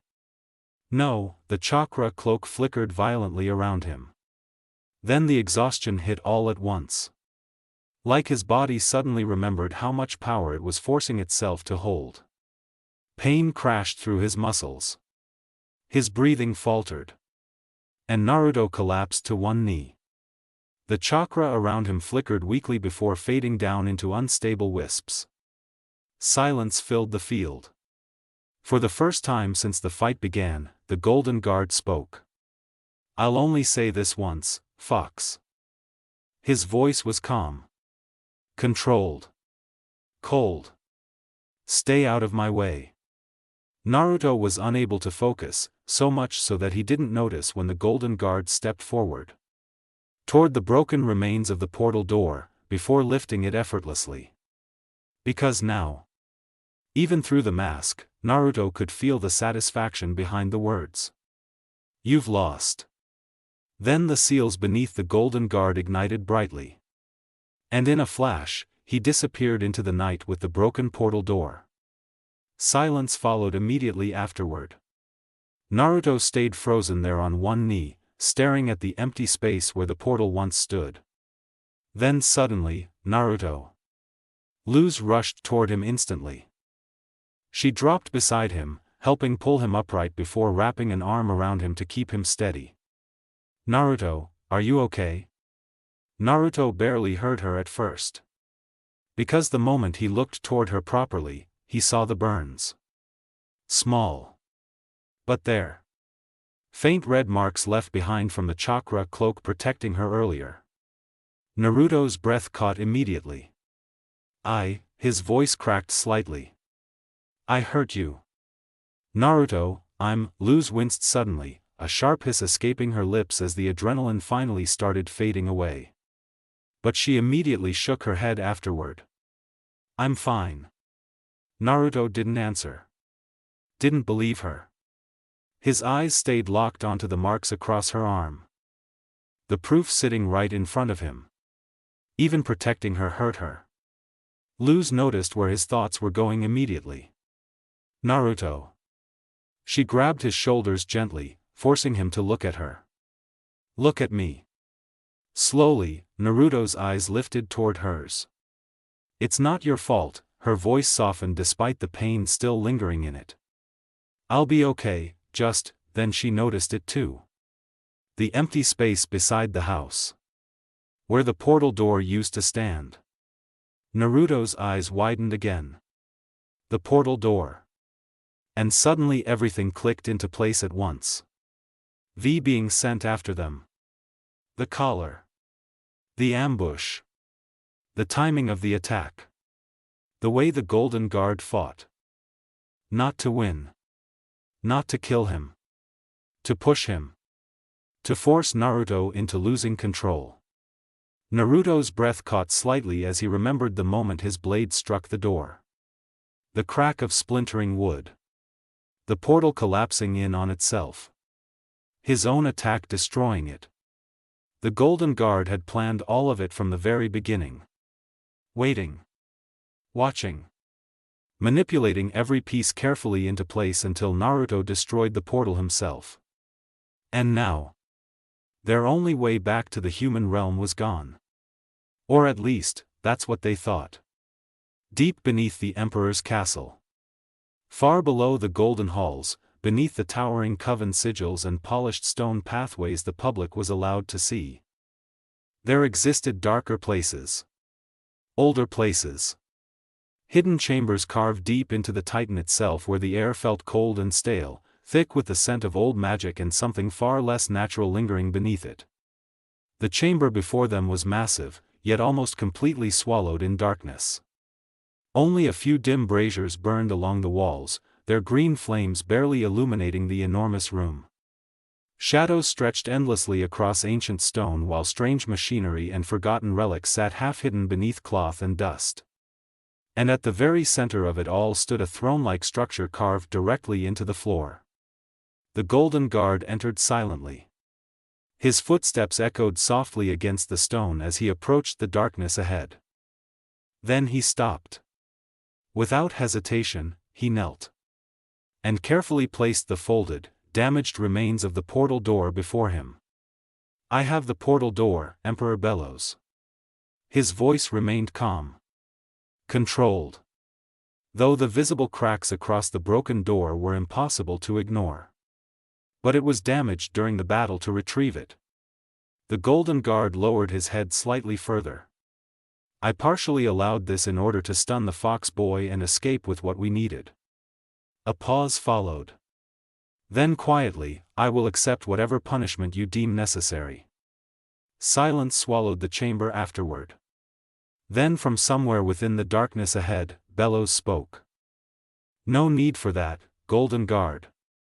The voice echoed unnaturally through the chamber. Deep. Ancient. Inhuman.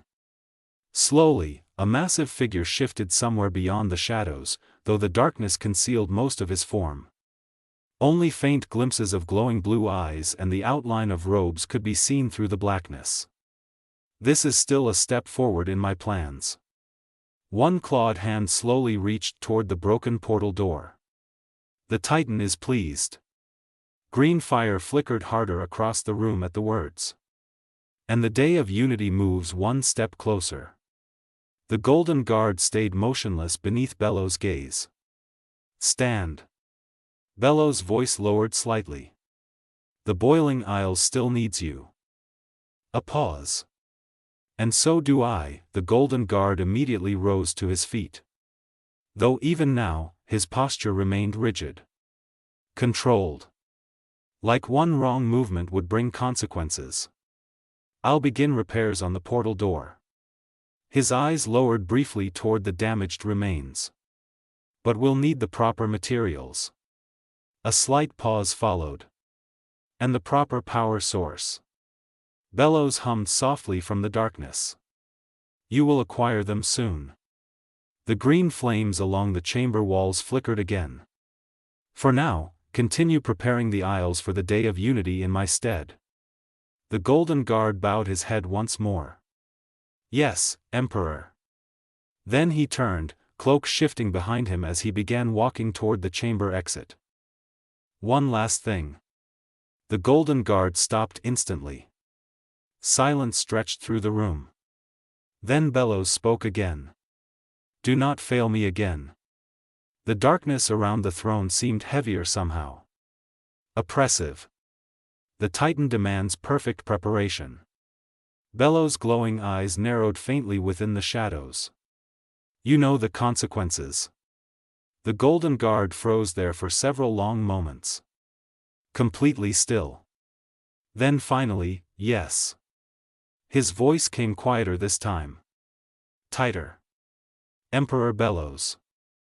And with that, the Golden Guard disappeared into the darkness beyond the chamber. That's it for today. I hope you liked the video. Please like and subscribe, and comment ideas if you can, and maybe you could share this with your friends, because you never know, they might like what ifs too. So without further ado, All Kage, out.